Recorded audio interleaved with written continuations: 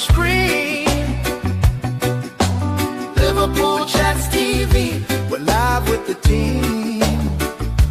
Jamie's back, another live stream. Oi, oi. Comments flying like a dream. Type your thoughts, let it all be seen. Liverpool Chat TV on your screen.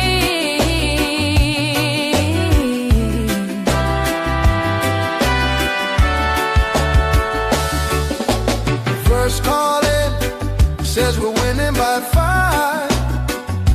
Second one fuming about the ref last night. Mods in the chat, keeping everything clean. You drop your take, it's part of the scene. Jamie's back, another live stream. Comments flying like a dream. Type your thoughts, let it all be seen. Liverpool Chat TV on your screen.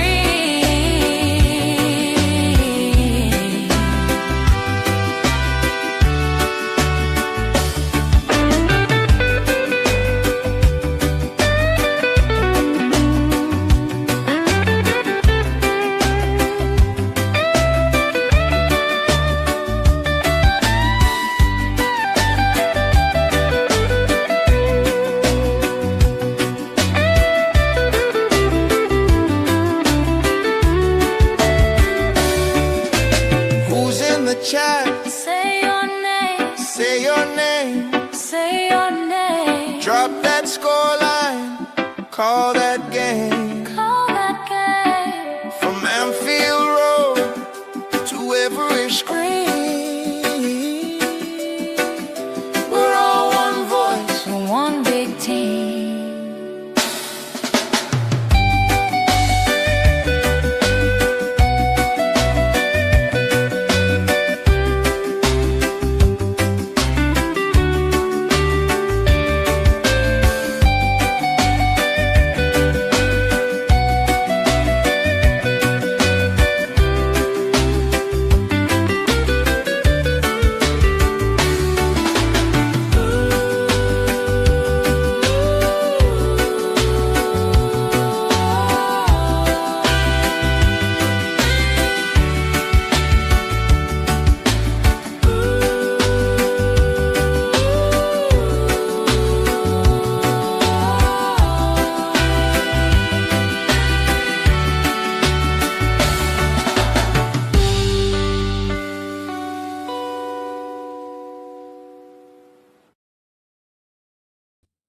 Yes, guys. Good evening, everyone. Good evening. How is everyone doing this evening?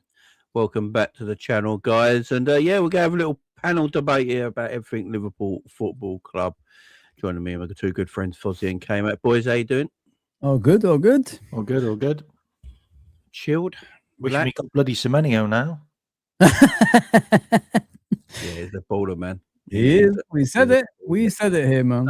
I'm saying it for months now. Yeah, man. And now, obviously, a lot of people like other players and all that, but I think we look down on sometimes players at smaller clubs, and we don't think they can do it at a bigger club. But yeah, Semenyo played for Bristol and Bournemouth, yeah, but he's a player, man. He's a good footballer. And City now, you know, they've got who have they got? They got if they can keep their forward line fit, they got the best forward line in the league. So Oh, by far. yeah, they could still run Arsenal close this season. But yeah, be out of chat, man. All doing good. Welcome in, man. Max says, I like the chill vibe, James. Appreciate it. Yeah, Sean makes my music, man. And I love that reggae tune. So Wow. yeah, it's a tune, man. I do like it. He probably wants to get in touch with Beijing on that. Yeah, I like it, man. I love that relaxed, you know, that relaxed. I've got a couple of rock ones as well that I might use as well.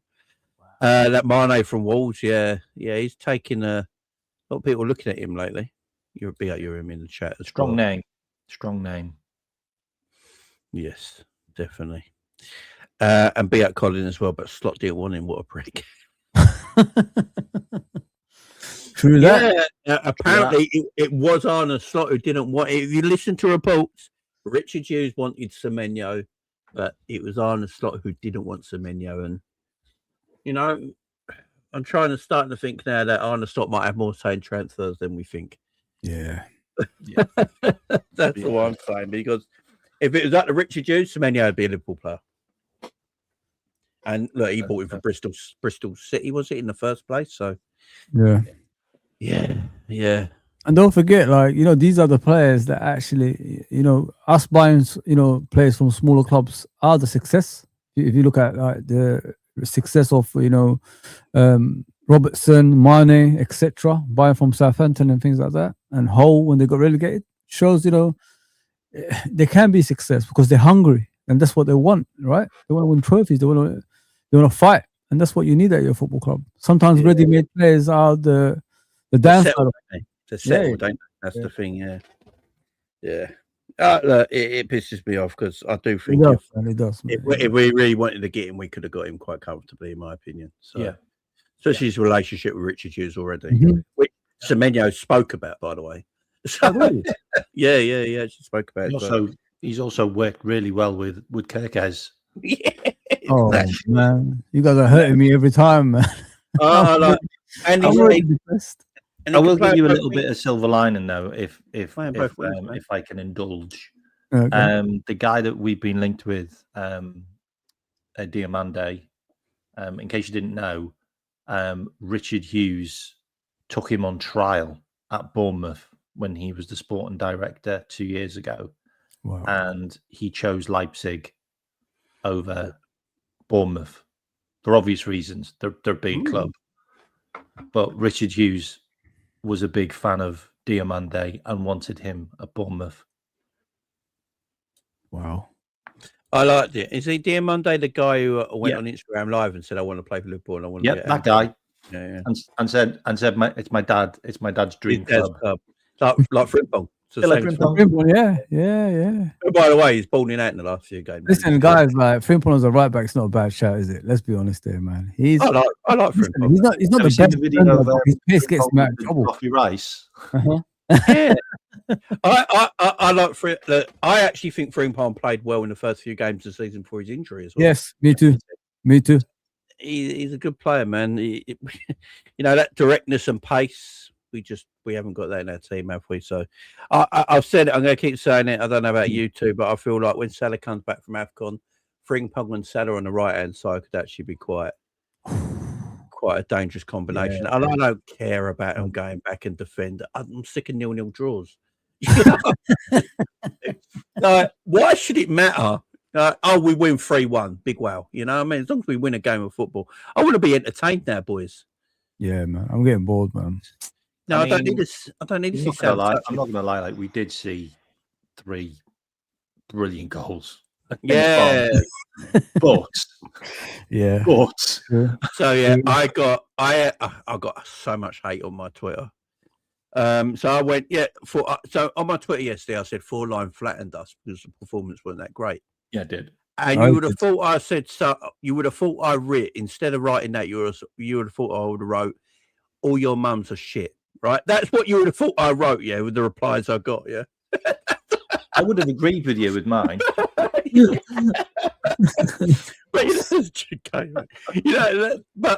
they're the replies I got. It was just going. Someone kept talking about my weight. Oh, fatty Jamie and stuff like that.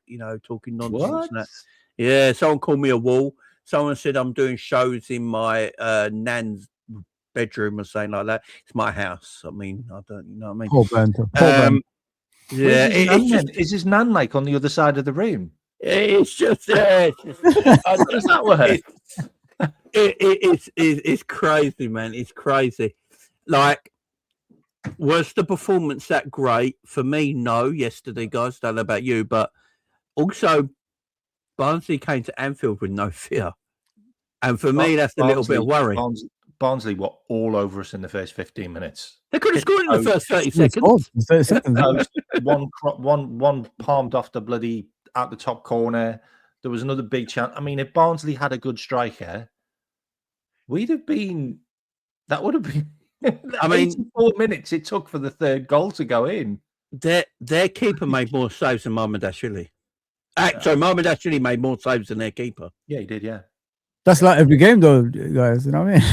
It's not just this Yeah. game. Is it? When do we actually work opposition goalkeepers? Obviously, our individual quality in the end of the day was too much for them. But Well, when you bring 200 million off the bench, like you would think something would click. The goal, big up Daryl and that in the chat. You're all doing well. It was just the performances, man. They just drive me mad. But look, the goals are great. Szoboszlai's goal was out of this world. Then he had a brain fart. He was a bit of a dickhead. He was being arrogant because it was Barnes. Yeah, I went on the football terrace and said like he should have been dragged off after that. Yeah, it was poor. He was poor. You don't do that. You respect the team you're playing, no matter what level they're at. Celebrate the goal. I felt there was a little bit of disrespect. Arrogance. Yeah, it's like, what are we doing here, man? And then it was. The thing is, though, apart from that mistake, he was still really good, Szoboszlai.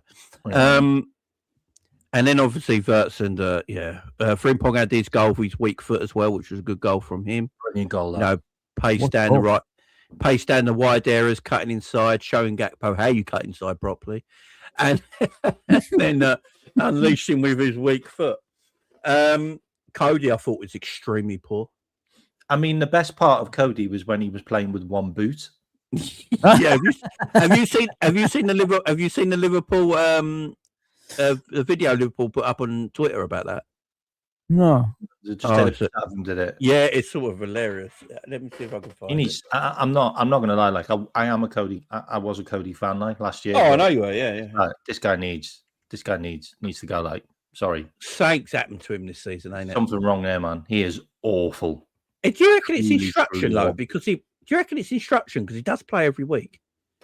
I don't know. I thought it is. Yeah, I just think it's to do with the lack of competition for places, guys. That's what I think. Right.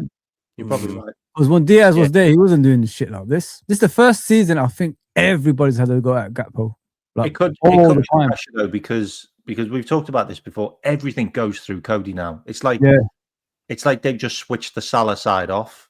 Like, let's not go down the right anymore. We'll just go down the left consistently, and maybe the pressure's on him. Like, so he's just not. I don't know. He's been shit. I'm sorry. Arsenal he was shit, but I mean Barnsley, Jesus Christ! Like, okay, you can have a stinker against Arsenal because it's Arsenal. Yeah, Barnsley, like really, like 57 places behind us in the league. Yeah, what? I really wanted Cody to have a good game yesterday. Just to get the, when you need to just get the stink off. Do you know what I mean? And just throw it all off you and just get yourself a goal. Look impressive, but he looked slow. He looked lethargic. He didn't. As you said, the best bit is when he had his boot in his hand. And it's actually the quickest he's run all season. It was the quickest he ran as well in the game. But yeah, as you say, no competition. He ducked out of a tackle when he had one boot on. Yeah, does that so maybe don't blame him with the one boot. Yeah. But yeah, Gakpo weren't good yesterday, but I'll tell you who was good, and that's when Wirtz and Ekitike came on. Oh, different levels. Their link up, I've said this for a few weeks now, where Wirtz is starting to look quality with, it's no coincidence he's playing with Ekitike at the same time.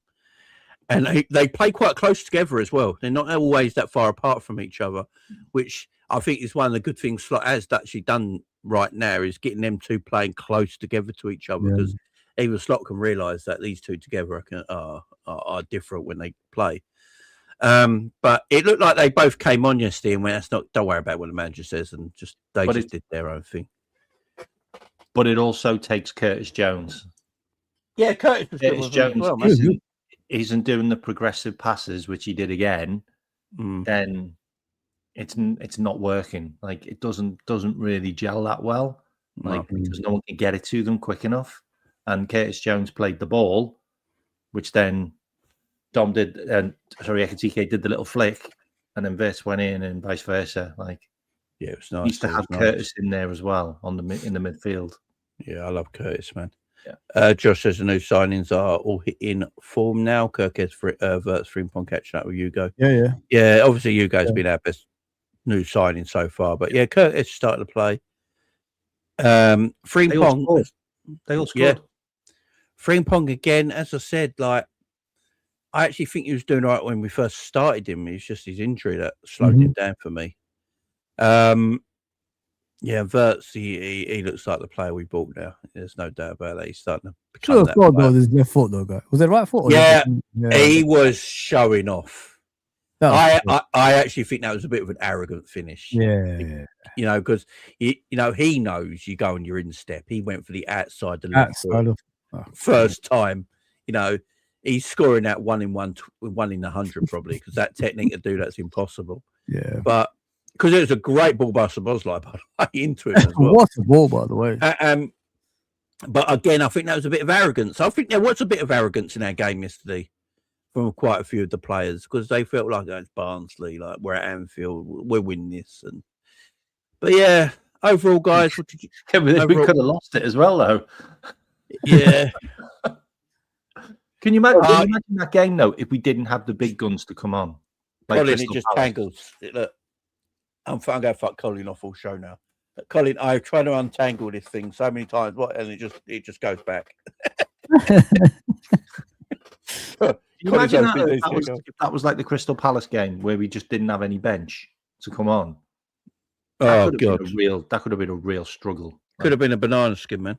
But came out. Your thoughts on the whole game, though. Just broke it down there. Your thoughts on the whole game, Bob. Same old for me, really. Like Liverpool just not starting the game fast enough, not being up and at it. Opposition feeling like they've got a chance at Anfield, which is weird. And the crowd was good as well. Like the crowd sounded really up for that. Yeah. I don't know. Like, I mean, did Virgil van Dijk really need to play that game for me? Like, nope. Did Dominic Szoboszlai really need to play that game for me? Like, these guys are like being absolutely rinsed all season, like doing insane numbers on the pitch. It's Barnsley. Like they were all over us for the first 15, 20 minutes. It's just not good enough. Like, yeah, we scored a worldie. Brilliant. Then Dom did a bit of a... That's just not acceptable for me, that. Like, the manager manager should have made an example there, I think. Like, just to say, look, you just don't do that. And in the end, we scored 3 really, really good goals. Like, for the neutral and for the people at Anfield, you're like, yeah, I'm glad I was there to see them. Like, really good goals. Compared to the Crystal Palace game, innit? We made that a lot tougher than it needed to be. Like, and we couldn't really bring any kids on because we made it that tough, because it was still 2-1 all the way up until, what was it, till the 84th minute, wasn't it? Something like that, yeah. 2-1 up until the 84th minute against Barnsley at home. But again, it's ponderous football, trying to pass the ball into the net. Like, how many times did we just sideways, around the horseshoe, cross to no one? I'm like, it's got to be a moment where they go, hang on a minute, why am I crossing it into the box? There's no one stood there. Like, shall I just stop now? Find something else to do. But yeah, I don't think Burnley's going to be any different, by the way, because they're going to be boring. Mad low block as well, like 5 at the back, whatever. But I need to see us play the ball faster. I need to see some more speed, and it's individuals again. Like, but we go on, and Brighton at home isn't going to be easy in the cup. It's not. Oh no. Not going to be easy in the cup. I would have liked. We already struggled in the league with them, innit, K-Max? So imagine the cup. I would have liked Man United, if I'm honest, but we take what we get, and then we move on. Yeah, we're terrible. Yeah, I hear you, man. Hear you. What was your opinions of the game, Fozzie? Mate, I've already said a lot of stuff. Huh? Did No, you I go? didn't go. Yeah, I didn't go. I'm not going games anymore, man. I can't watch this shit, man. I fell asleep in the last one. What's the point of me going to games now? It's hard to watch, guys. Honestly, like I was saying in Hassam's channel the other day. What you see on TV is what you see live as well. Like that's how bad we are. I swear to you, I'm not even lying to you. Normally, when you go to the stadiums and you watch the games, you see things in it that you don't. When the camera, obviously, the camera follows the ball on TV, but in the stadium, you can watch whatever you see off the ball and all that stuff. And it's just the same. It's just people walking around. It's boring. It's just boring football. I honestly think, guys, we ain't gonna get out of this. I know, like we're hoping we're gonna start seeing progressive football, shots from the outside. I think this is it with Arne Slot. I don't think we're gonna improve anytime soon, like in regards to playing good football. I've given up. Honestly, I've given up. And in regards to the game, it's just the same as every other game that we would be watching, guys. If we're struggling against the likes of Barnsley, like, in the lower divisions, like, that clearly shows there's an issue at the football club, and that's the guy at the helm. Arne Slot is just killing the team, and the sooner we just get out of this, guys, hands, the better, in my opinion. Because I'm being honest with you guys, I don't think we're going to improve anytime soon. I think this is it. What you see is what you're going to get. He's playing cautious football. And after the League Cup, the way we got out of that, he's putting all of his eggs in one basket, which is the FA Cup, and try to try to win this because what else can we actually compete for? If you're playing like this, we're going to get in the Champions League. We're not going to get into the final or anything like that with this team. There's no way. So this is the only way he can, get a trophy this season. So this is why he's playing all these players. Like K-Mac said, why are you playing Van Dijk? Why are you playing Soboslai? Why are you playing, all these first teamers in this game? Unless like you're really going for it. That's the only way. Yeah, so I'm just being honest with you guys. I don't see any improvement. This is it. What we see is what we're gonna get to the end of the season if he's still here. Yeah, big up my man B with the super. He says, while I was critical of team selection for the cup game, too, it's reached a point for him where he's down if he does, he's down if he doesn't. Yeah, I hear that. Mess of his own making, want to be sympathetic, but it's hard. No, that's a great super. I hear that as well. Like, I think he had to go strong for the FA Cup game. He admitted he threw the League Cup game pretty much. Yeah. It didn't help us at all league-wise, Nope. but he pretty much said he couldn't throw the FA Cup game. The situation Liverpool are in now, it's a trophy that Liverpool could possibly win. It's the only one he could probably win. Yeah, so it's I don't blame him playing the team that he did. I'm going to go through it in a minute, though. There's players in that team that, people want playing all the time, but I wonder if they're actually good enough, to be fair. But, yeah, the team he put out. There's a really good point in the chat, Jamie. Sorry, Max just put, he continues to put Dom as right back. Yeah. Dom really gave away a penalty. Yeah, Dom he did just get a nick on it, but yeah, it's very lucky. I mean, it weren't a penalty in the end, but he was lucky, considering he just made a defensive howler for a goal in the first place. Yeah, I know. Yeah, then to put him at right back. What it tells me is that Ramsey won't be a Liverpool player by the end of January. No. That's what it's telling me. He'll be out on loan by the end of January. It does frustrate me when you got a right back on the bench and he plays a midfielder at right back. If you're that right back on the bench, you're not playing. So yeah, he's only there for numbers, so he'd be off. Apart from Chiesa and Rio, it's pretty much Liverpool's strong team, and he went toe to toe with a League One side. We had Allison on the bench, by the way. Yeah. I just want to mention that. Like, what the F was that about? And we had Why did have to be on the bench at all? And let's face it, Marwan Dashili is an international goalkeeper. He's a quality goalkeeper. Like, we went toe to toe. We went toe to toe with a League One team with pretty much our strongest side. It's a little bit of worry because until pretty much towards the last 20 minutes of the second half, maybe, we didn't have a lot of control in that game. No. Mate, they were going for on goal. You know what I mean? If they had, like K-Mac said, a decent finisher, they could have had 2 or 3 goals. Yeah, was it that young Phillips guy who I believe was a Liverpool youth player, wasn't he? Yeah, he's good. Fair play to him. That Cleary looked decent. He looked decent. He had our defense on toast a few times. He was easily man of the match. He was. Those crosses though, guys, like goodness me. He won't be a League One player for long. No, he won't. No. I want to play you this, guys. I want to get your reaction to it because it's kind of crazy to me. You know what my reaction's going to be? Yeah. So let me make sure. Right, you guys should be able to hear this. Okay. Right, here we go. A lot of teams that are coming here for probably how many games did we play this season? Probably around 30. I think 28 of my pre-match meetings I could just throw in the bin. I think only once or twice the team did what they did the 20 weeks before.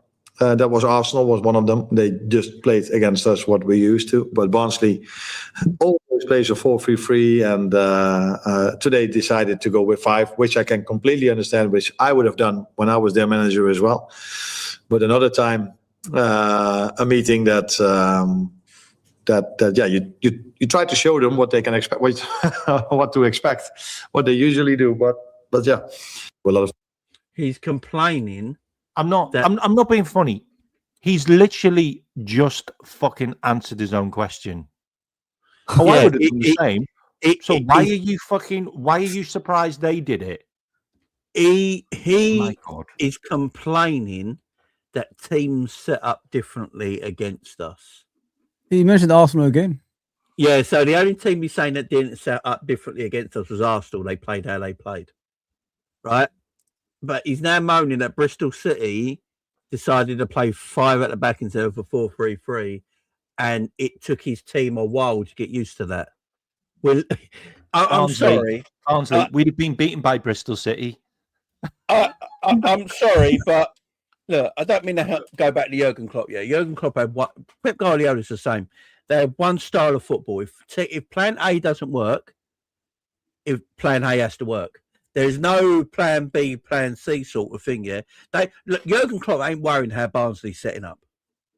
Right, he's going right. We're playing 4-3-3. We're going to play for high press, high tempo. We're going to play 100 miles an hour with technical ability, and we're going to box him in. And if it takes 70 minutes just to score, we'll eventually score. But that's how we're playing, right?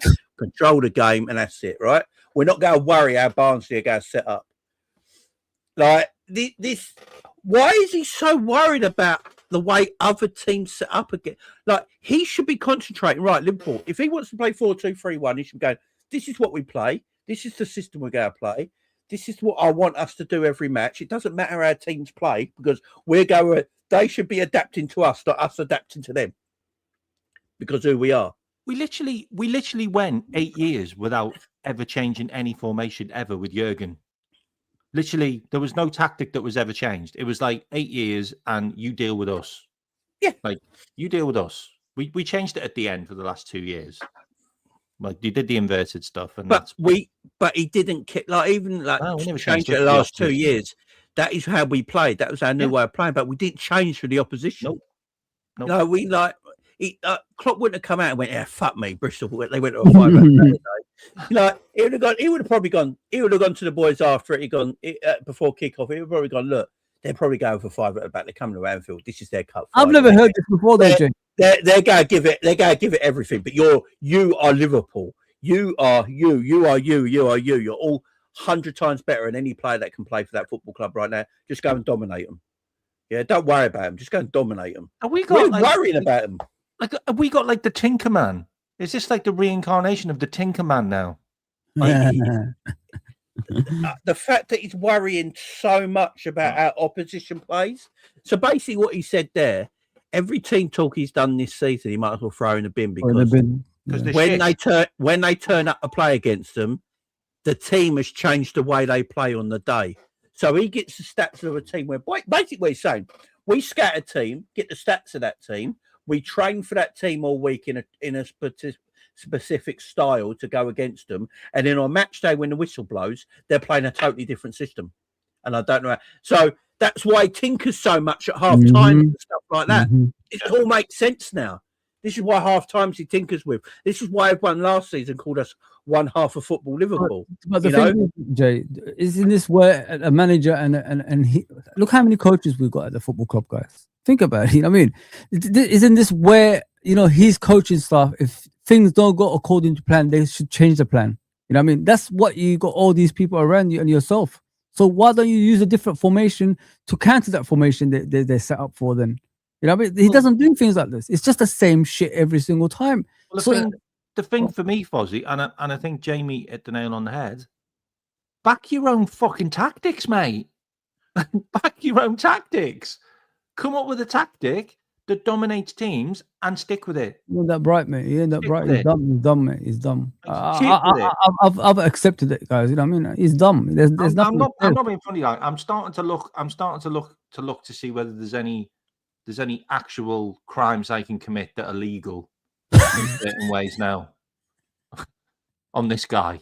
Like, maybe I can shoot him in the eye with on an arrow on a bridge in fucking York or something. Guys, it's a joke. It's a joke. Yeah, it's a joke. Allegedly. I don't know if you can allege yourself there, K-Mac. No, I don't think it's that. But no, it's balmy to me. I don't think he's bright, Jay. I don't think he's bright. There's something not there, man. The thing is, it's not. It don't make sense him coming out with that comment because, I can understand him coming out with that comment if you're coaching another team at a lower level. That would make sense, right? But at Liverpool, when you've got these players that he has available to him, and he's basically said, no matter what team we play, we set up at training for all the week, they'll get to game day, and as soon as I get the team sheets, I might as well throw everything in the bin because I know they're going to play differently and it's not going to suit our game. But what do you do in training, Jay? What do you do in training? Right, that's what I'm saying. He played. So if he's got, I don't know, if he's got Brighton tomorrow, yeah, he was Brighton set up on a 4-3-3. They use the width and they're very quick, using the wide areas, attacking into the spaces. So I'm going to set up like this to play, yeah. So for the week in training, this is how we set up to conquer Brighton in that game, yeah. He's probably happy with himself, job done. Team players are happy, all that. Gets to match day, gets a team sheet. They're not playing like that. So when the team go out there, they don't look great. And then at half time, he can tinker it and go, right, all that we did all week. Obviously, you guys know playing out there. They're not playing like that now. I want you to do this. I want you to go to that position. You drop back 5 yards. You go up 5 yards. And in the second half, we look better. This all makes sense. It all makes sense. This is I always thought, last season, and look, don't come at me in the chat, okay? It was just a thought, okay? but last season, I always thought it was Arne Slot's tactics for the first half. And then he went, fuck it, just go back to Jurgen's. It did seem like that. It does, actually, think about it. Because we used to win games in the second half. Do you remember last season? Yeah, we did. Because we couldn't score in the first half. You're right, actually. It was like, it's not working. What did Jurgen do? Yeah. Just. Do you know what it also tells me? He hasn't got a system. He hasn't, though. That's what it tells me. Because if you got a system, it doesn't matter what anyone else plays. Just back it. Because you trust them back your system, don't you? Yeah. You trust them back your system. So it don't matter if Barnsley turn up playing 5 at the back for the first time this season. It shouldn't matter because you back your system to go and beat them anyway. So that tells me he hasn't got a system. The thing is, Jay, like if you coach in football in general, like you should prepare for every formation that's put in front of you. If you play 3 at the back, you should know how to, go past that. If you play 4 at the back, you should know how to go past that. This is what I'm trying to say to you guys. Like, what has he got? Like, he's got all these people around him. Why aren't they like helping him with, how to overcome these formations when it's difficult to, break down? Because this is what you do in the training ground. This is why they got these tactic balls and all that stuff, so they could change things. And I don't think this guy has that way in him. I'm genuinely confused. Like what Giovanni Broncos does. Like he was. I don't know what he does. I apparently I'm really confused. Like what happens there? Like so, the rumours I've heard about Van Bronckhorst, and this is serious. The rumours I've heard about Van Bronckhorst is apparently no one grinds coffee grounds like him. and that's why he's at the club. Yeah, it's tough is he replacing Mo Salah then? Yeah, his coffee's out. Stand. His coffee's out of this world, man. His coffee's out of this world. Wow. He grinds that coffee like no one else, man. Look, on a serious note, I have no idea what he does because Where's the the coaching seems the same in the last 12 months, right? Thank you. And we had Heitinger as the coach back then as well. So what is happening? What are these guys doing? Is it Husserhoff, the other guy? What is he? Is he just holding a clipboard? What is everyone doing? Apparently Van Bronckhorst now is the set piece coach. Apparently. Well, that's not a bad thing, by the way. He was a good set piece taker. He was. Because he was pretty good at them. I ain't gonna lie, it makes sense. Yeah, he was a good set piece taker. Yeah. It makes sense, man. And I think Husselhoff just wears shorts all year long. Yeah, I think he's that guy. So do I, be apparently honest. Yeah, so. he just wears shorts all year long. He's that guy. Cuts. None of the players like Van Bronckhorst.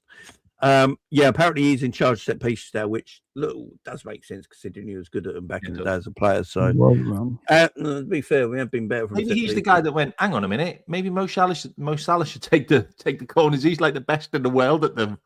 Yeah, all these years came out. Discover that 8 years later. It's crazy. Well, before Salah went to Overcome, like you're saying, the corner. How many more assists Mo would have? Salah was putting him on the money. Yeah, man. How many more assists Mo would have in the 8 years if he took corners as well? Like what? Yeah, we Robbo, can't even beat the first man every time. Did you see the corner he played in the AFCON in the last game? No, yeah. He's on the guy's head on the back post. You know, Salah's taking that AFCON stuff. What Carragher said very personally, though. Very personally, yeah. Oh, yeah. And he's staying on the whole time as well. You know, he's not coming off as a sub. If he wins that, I mean, they got Senegal tomorrow. It's going to be a hard game. And then Mane, just let him win, Mane, please. And then if they obviously do get past him, he's got Morocco or thingy in the foot. Like that's going to be an hard game. But it'll be tough. Let the man win, man. Come on. Yeah, it's just. I will say one thing. I'm sick and tired of seeing Cody Gakpo take corners. He's 6'4". Why is he taking corners? Oh, come on, man. What a joke. Let the little guys take the corners, man. I played a few that just went to the first man, and I'm just like, oh god, not again. It's like we've got Robbo to do that. Like, what's your opinions on Rio?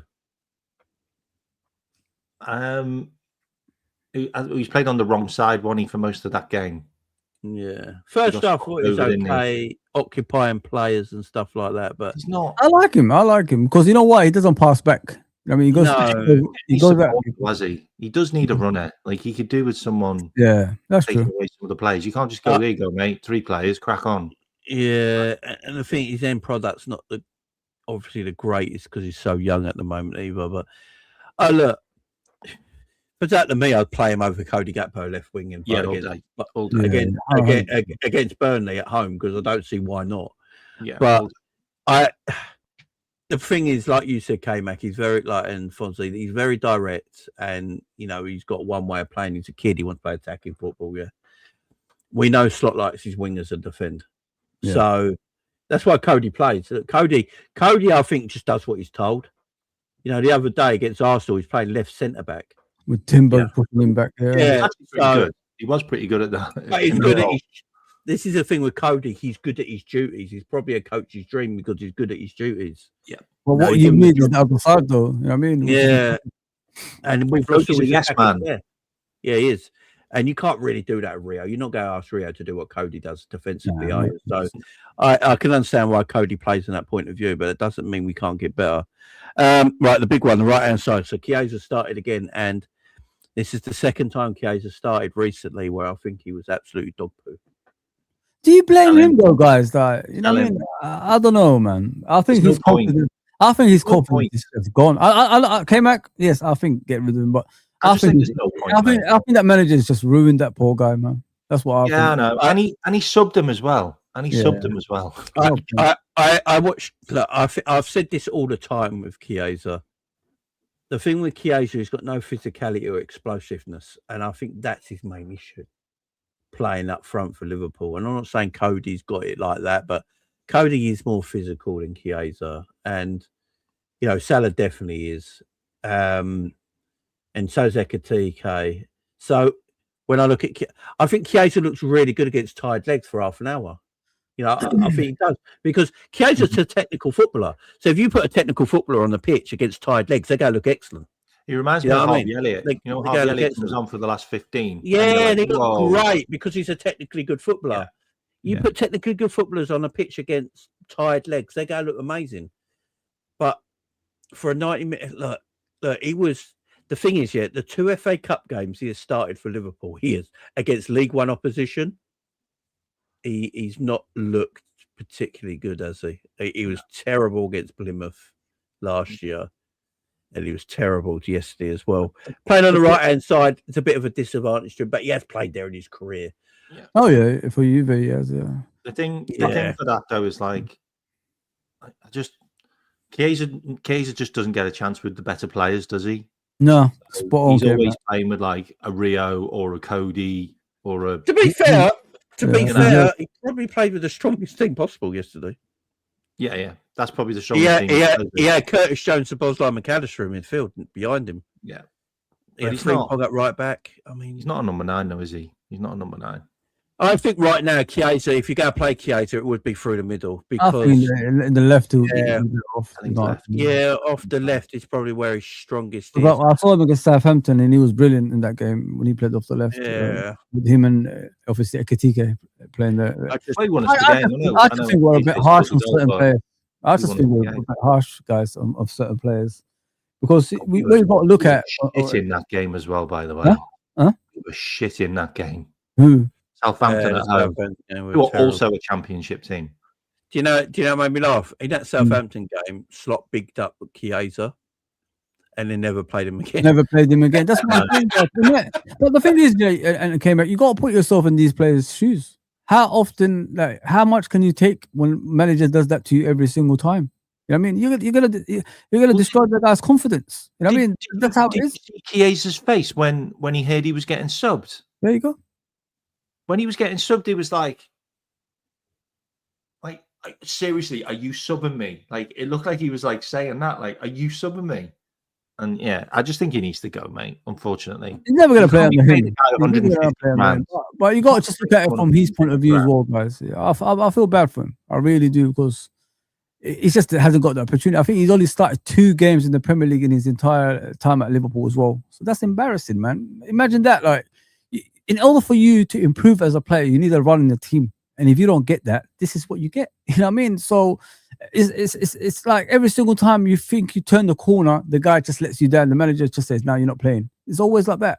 So yeah, man. Listen, I agree with you guys. He's got to go for his own benefit to obviously to go on restart his career in football. But I don't blame him for that, man. He just needed at least 4 or 5 game run in the team, and then we could have just looked at. See if he could do something in the Premier League, or in Europe, but he just didn't get that opportunity. This Arne Slot is just a bad manager, man. He doesn't know how to play players in the right positions and give confidence to players that need it the most, as Klopp would have done in the past, if you know what I mean. He really is a bad man manager. I'm not going to lie. Like Chiesa, like we had no forwards. Remember that game? We had no forwards, and Chiesa was on the bench. Yeah, when stuff like that happens, you just have to sit there and go, you know what? I need to look for another club. But the other clubs aren't going to pay him 150 grand a week, so we might end up just having to keep this guy. And everyone's sat there talking about players not getting new contracts and not being paid what they should be getting. This guy's on 150 grand a week, and Arnie refuses to play him. Like, do you know that's a problem? Slot reminds me a lot of Rafa here, in that fact that Rafa weren't really a people person, was he? He wasn't. Even Gerrard said that. Yeah, but he made Gerrard a better player because obviously Rafa tactically. I'll prove you wrong, kind of thing, isn't it? I'll prove you wrong. But what Rafa basically said, these are grown men. I'm not going to go, oh, you played well today, so and so. So he did it in a way that made Steve, you had an elite mentality, because it could go wrong if you didn't. Steve had an elite mentality. He went, I'll go prove you wrong every single game I play. But Rafa already knew he was a quality player. He just didn't need to praise him. Right? He just didn't need to do it. So it was a different way of managing a player. But players fell out with, Rafa. A lot of players fell out of Rafa because Rafa don't want to be your mate. He's your manager. He probably goes home and he trains you, goes home, probably doesn't want to hear from you again. He's not calling you on the phone or anything. And I feel that's how Arna is. I think Arna's just the same. But he doesn't understand, in the modern day football, you can't do that. The players are different now, guys. No, you have to be a therapist and a manager at the same time.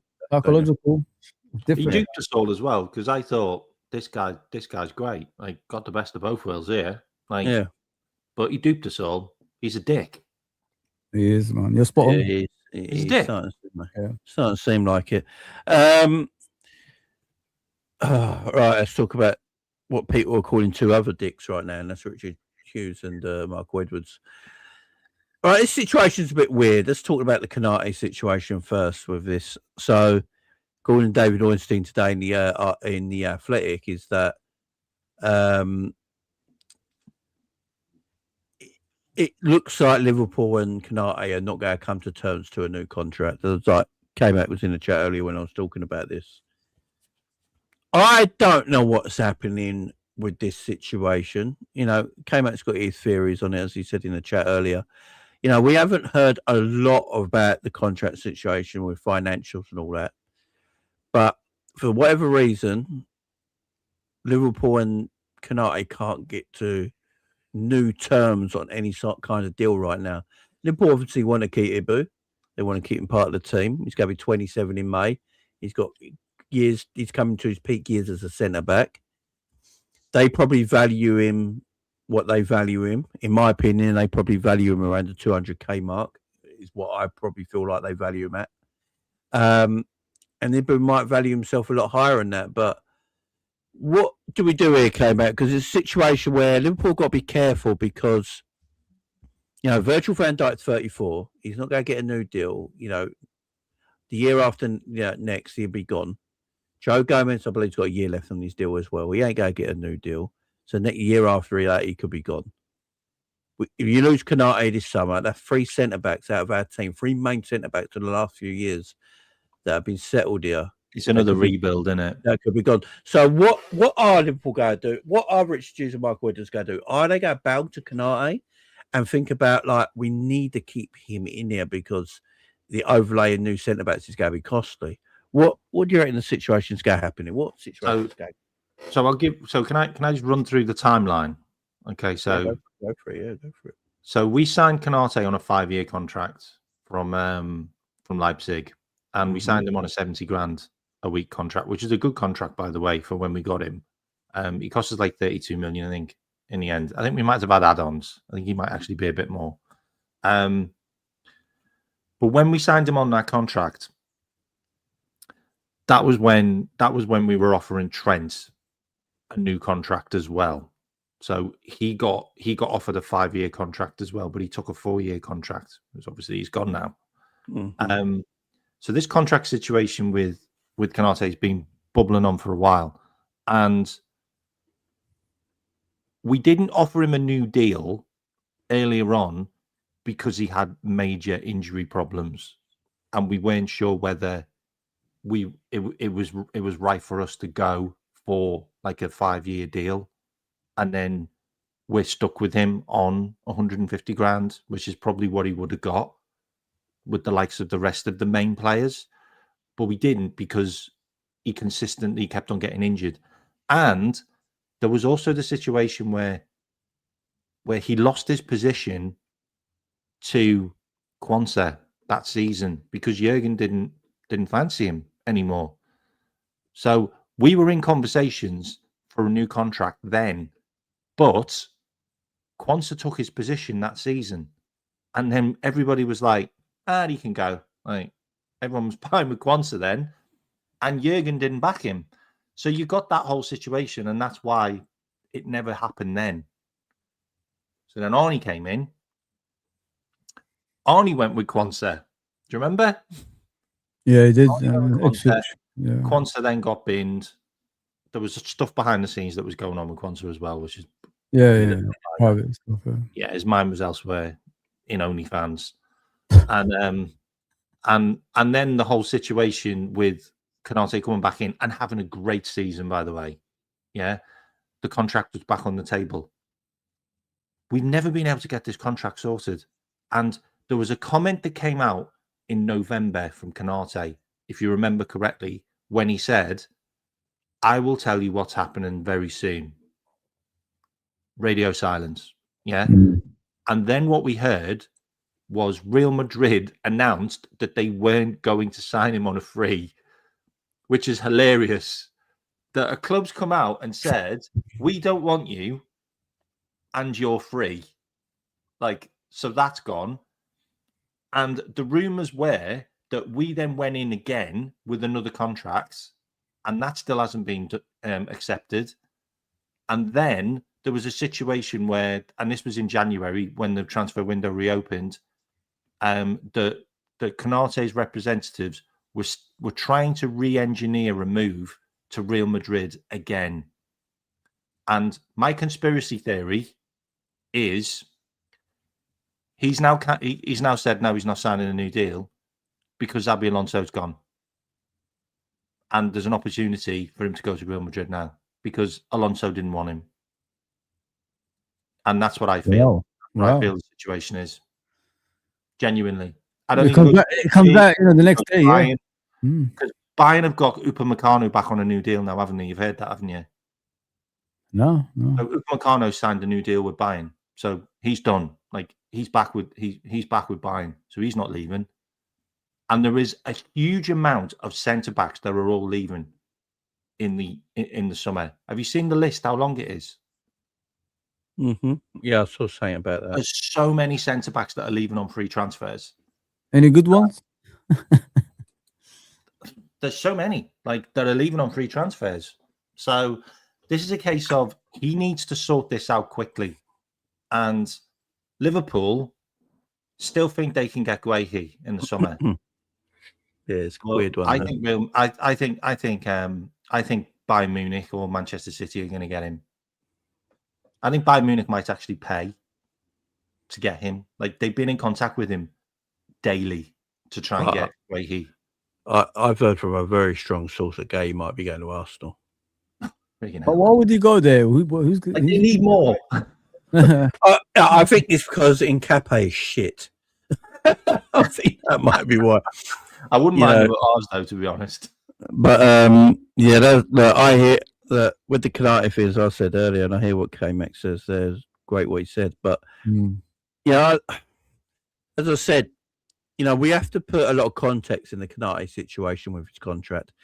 He weren't a French international yet when we signed him. He was playing for the France under-21s at that tournament, at the Euro tournament when we signed him in 2021. He was a 22-year-old guy, and I think he only played 21 games for Leipzig that season. So he didn't play a lot of games. Bought him, put him on 70, 75 grand a week, which is absolutely fine for that age range of that kind of player, when his release clause was also only 36 million, I believe. So that in rand, 75 grand a week makes sense. Then obviously in his first season at Liverpool, Matip was still sort of like the first choice centre back alongside Virgil. Then in his second season, obviously he broke through a little bit, but he got quite multiple injuries in his second season. Then obviously pretty much, and then that's 2 seasons gone past there. And then you're looking at it, so where is he worth a contract renewal after them 2 seasons? Is he worth the contract renewal? At that time, they probably didn't think he was. And they go from the calendar year of 2025, he's been injury-free. So he's been injury-free over 12 months now, which is the longest he's been injury-free in his career. Yeah. And this is obviously the last year of his contract, and Liverpool now sitting him down, wanting a new deal. As said, it's not my money. I just don't rate Canate as highly as some others. I've always been very clear with this. I think the Canate fandom is a strange one, because if you like people that like Canate really love Canate. You can't say anything bad against him. Like if Canate makes a mistake in the game, there's always context why Canate's made a mistake. If anyone else makes a mistake, they just made a mistake. Well, it was always Trent's fault. Yeah, so years. Yeah, I think he's a very good centre.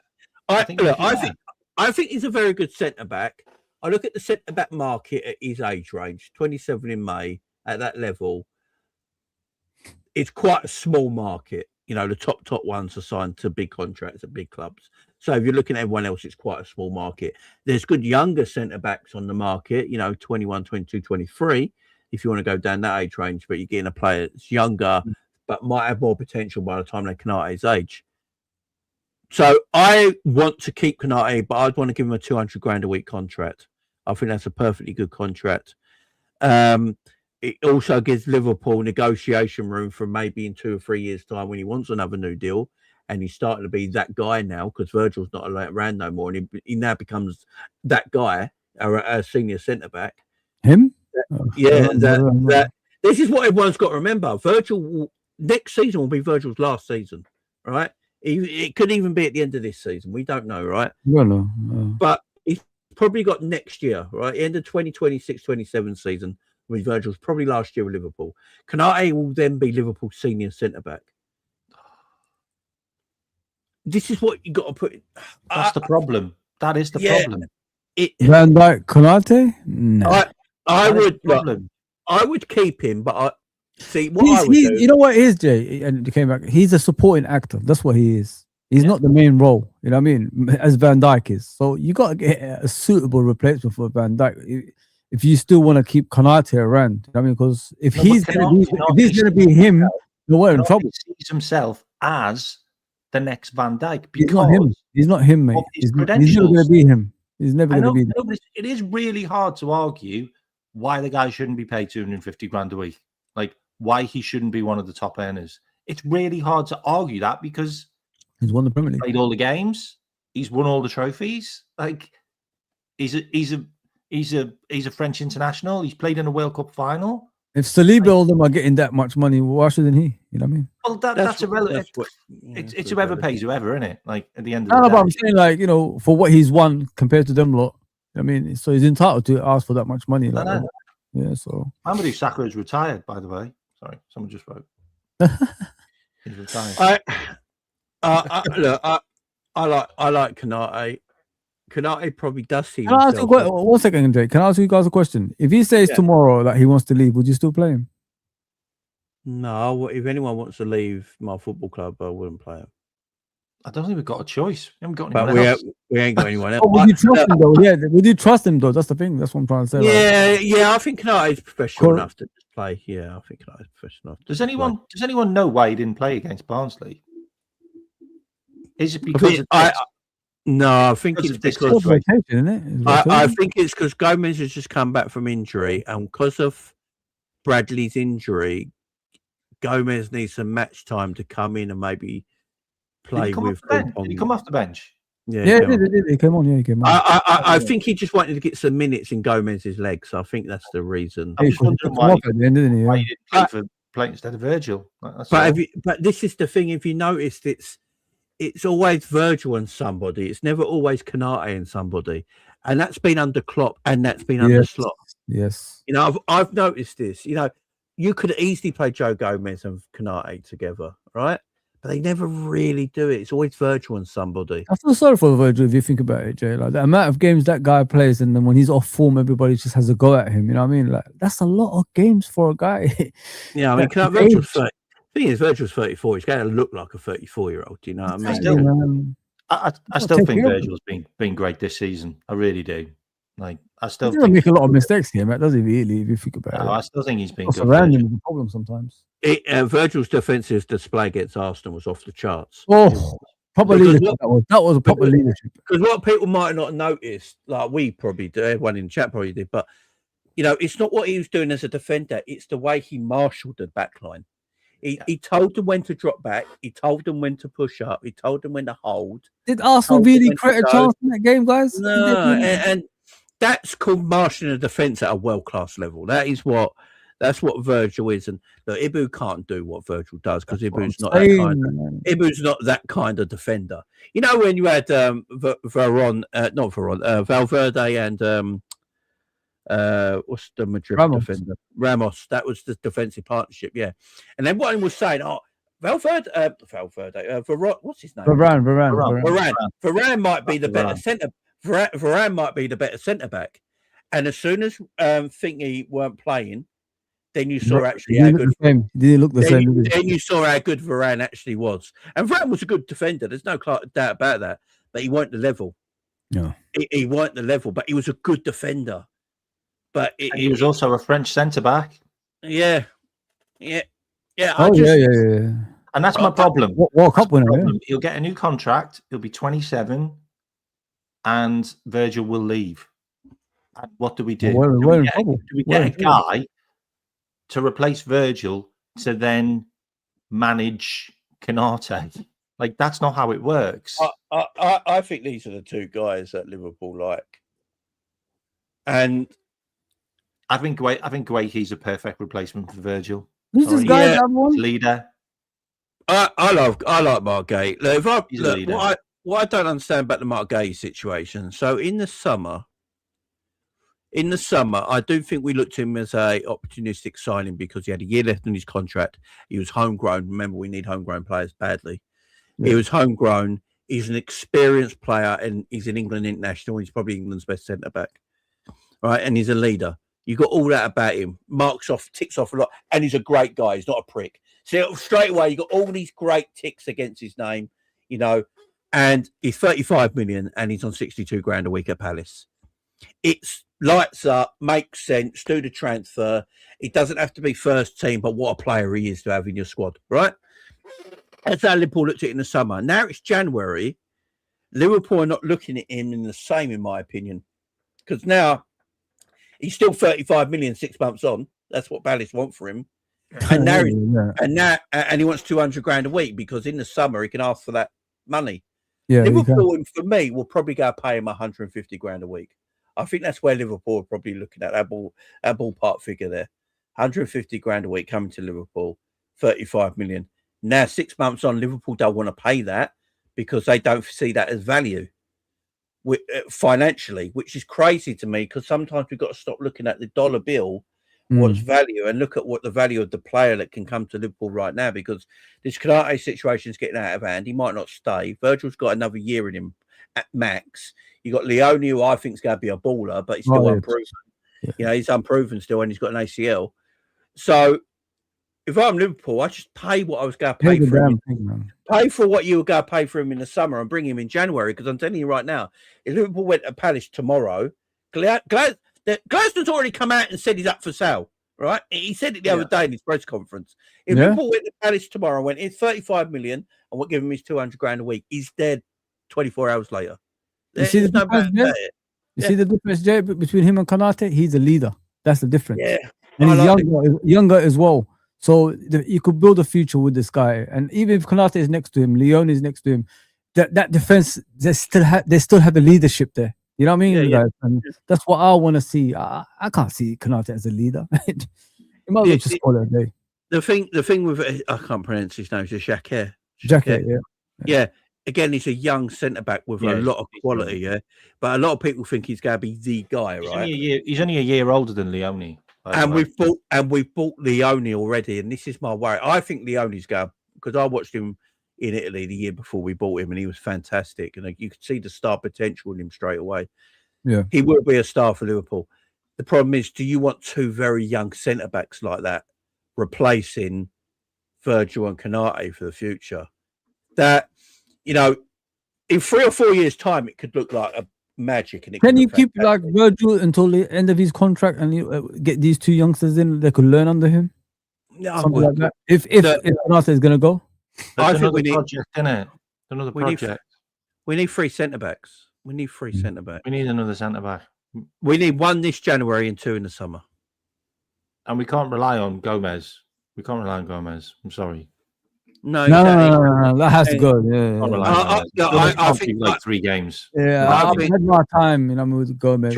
Gomez leaves. I think Gomez leaves in the summer. Yeah, he has to go now. If Liverpool got Gay through the door, Gomez might have left anyway. But I think Gomez leaves in the summer. I think he leaves in the summer.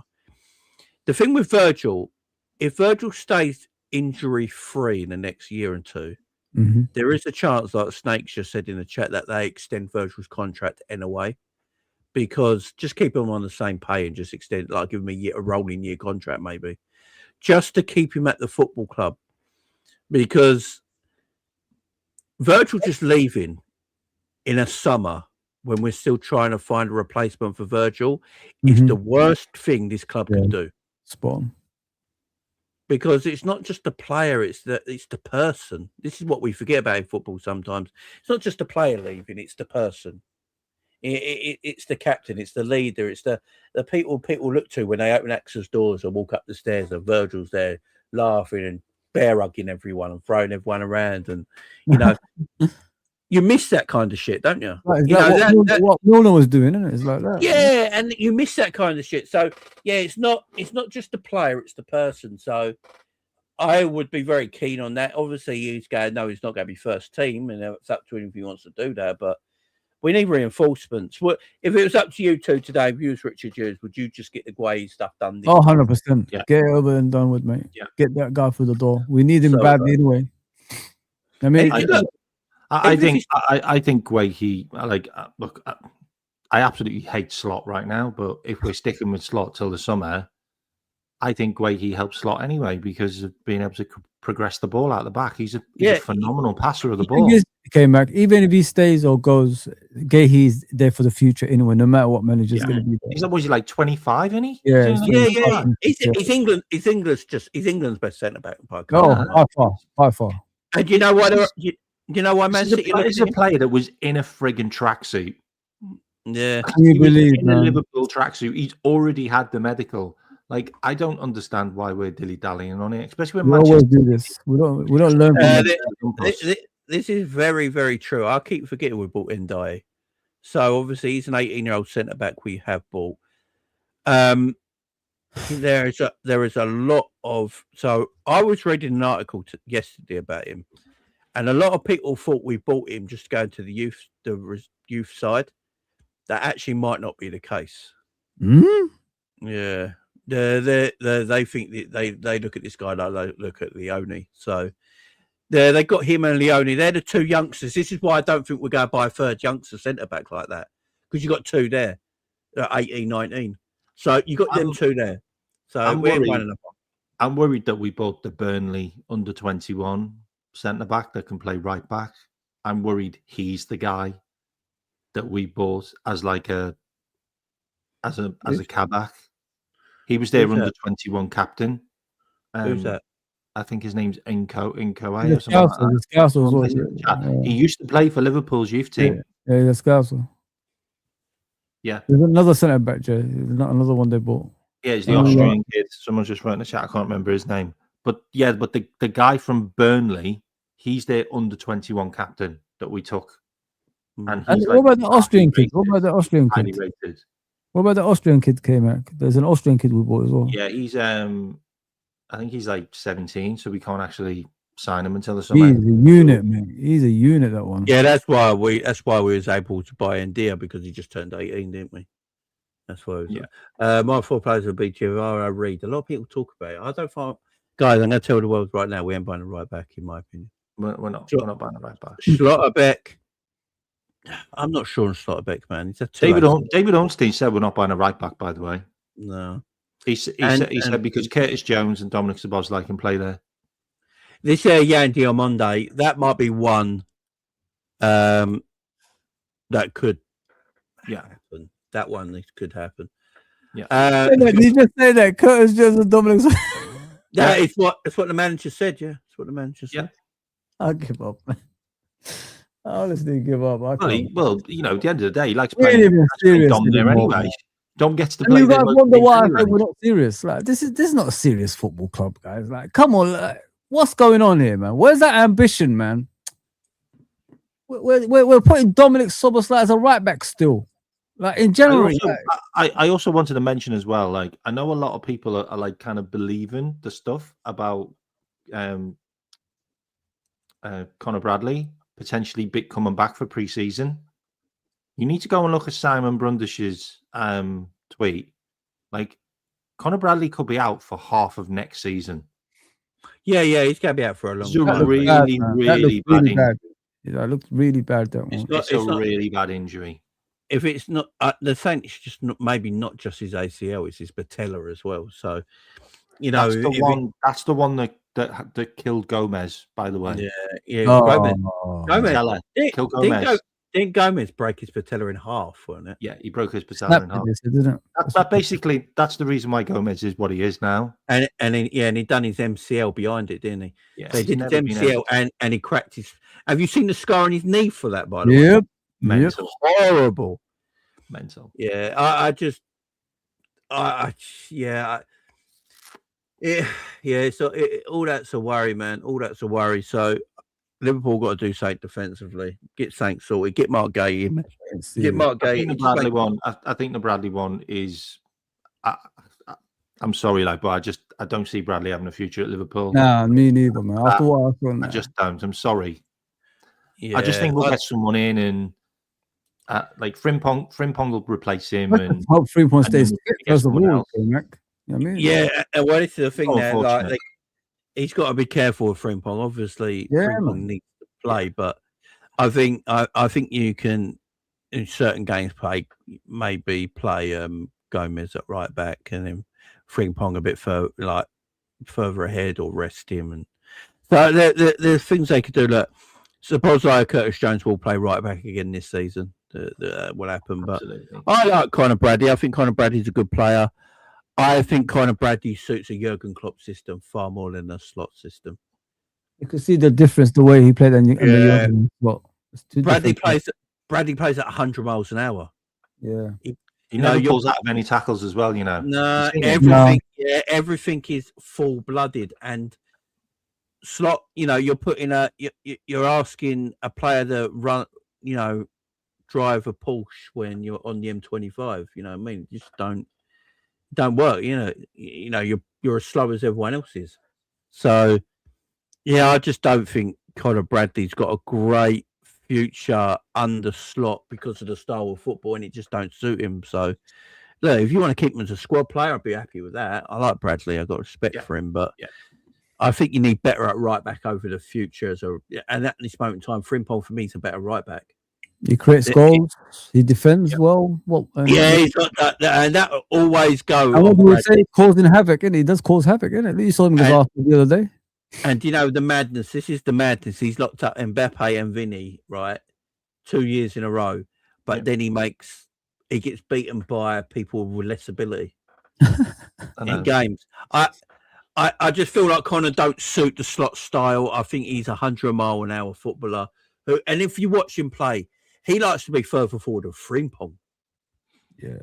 Like, he goes into them centre forward areas. It's like, this is crazy stuff. So keep him in the squad. But the thing with Conor Bradley, which is so unfortunate, is, and I don't know why we never actually tried it.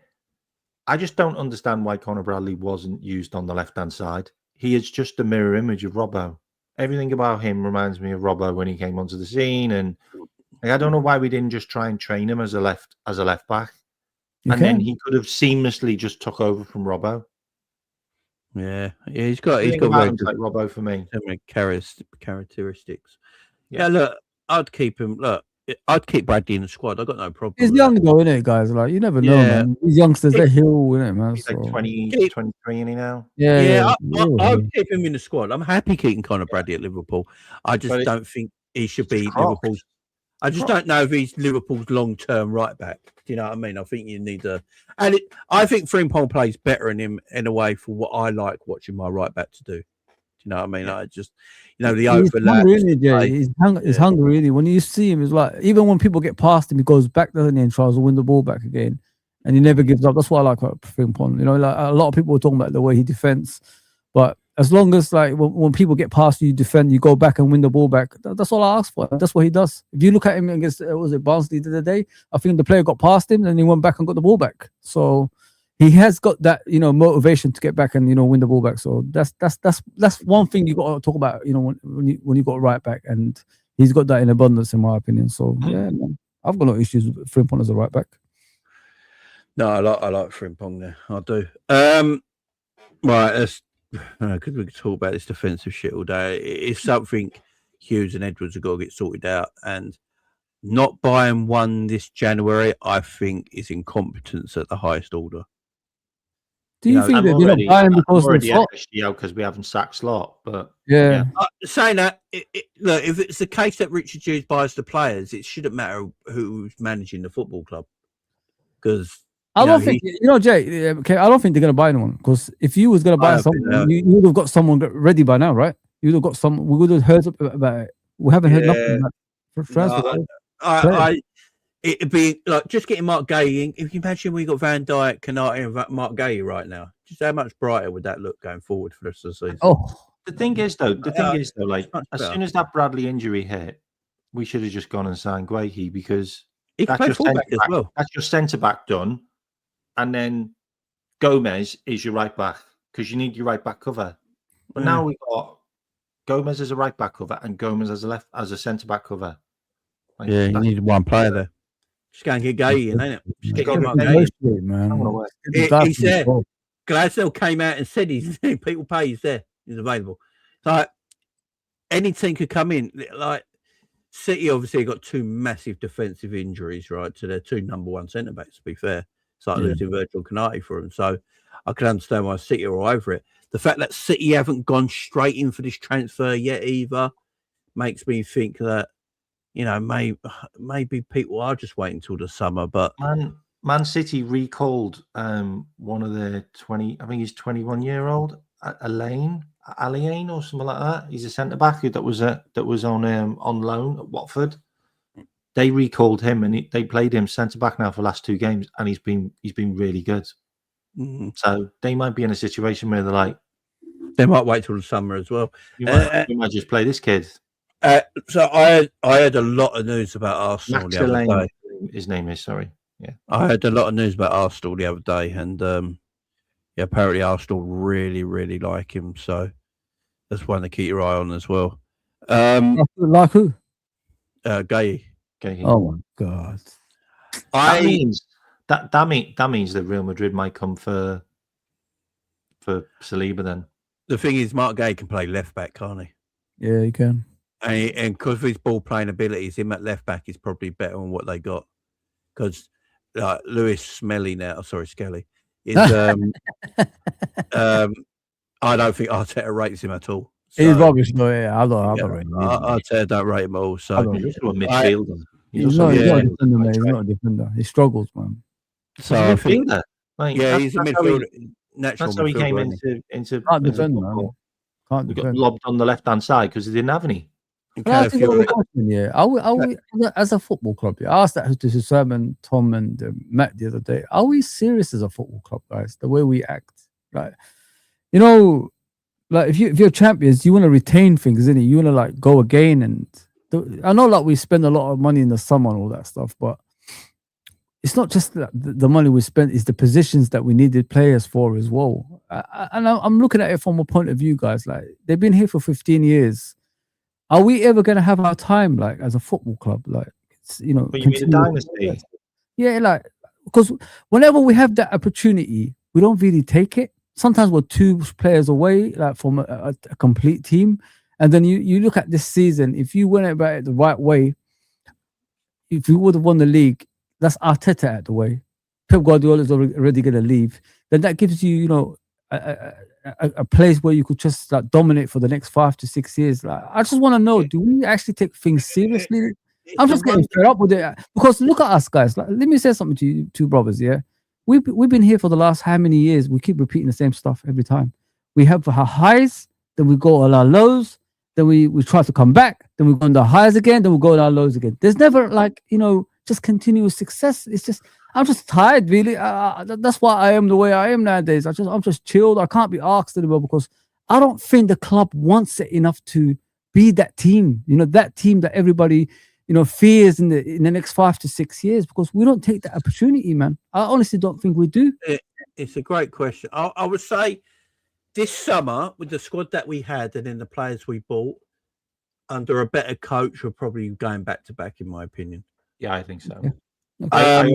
I also think we're probably adding the Champions League to that as well. Yeah. So this to the summer we had and the players we got, and plus giving our two main players their big contracts. Yeah. I think that's about as serious as FSG have ever been, in my opinion.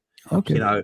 Giving. I don't think a few years ago they're giving Virgil and Salah 400 grand a week each in their 30s, and seen as them as the, we still need them part of our team. But look, we're going to give them 400 grand each a week, but also buy Isaac and Verts and Ekatike and players like this, and Leone, who's going to be a superstar. Mamadashvili, who's face it, is a very good goalkeeper, is an international goalkeeper who can play for a lot of clubs.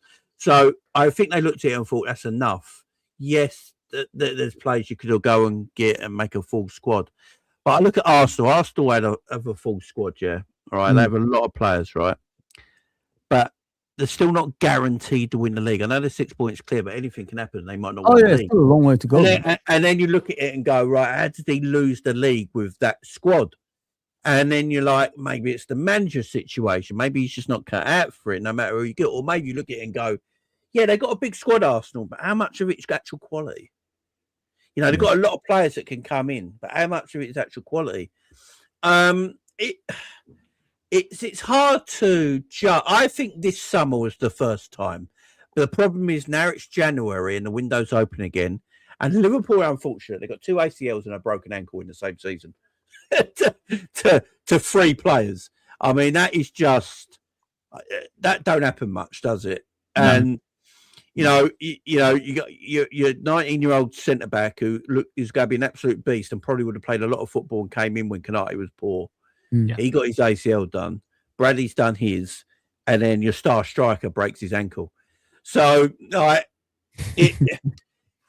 feel from a little bit from that point of view. Yeah. Slott's gone through a madness this season where he don't know how to get the best out of players.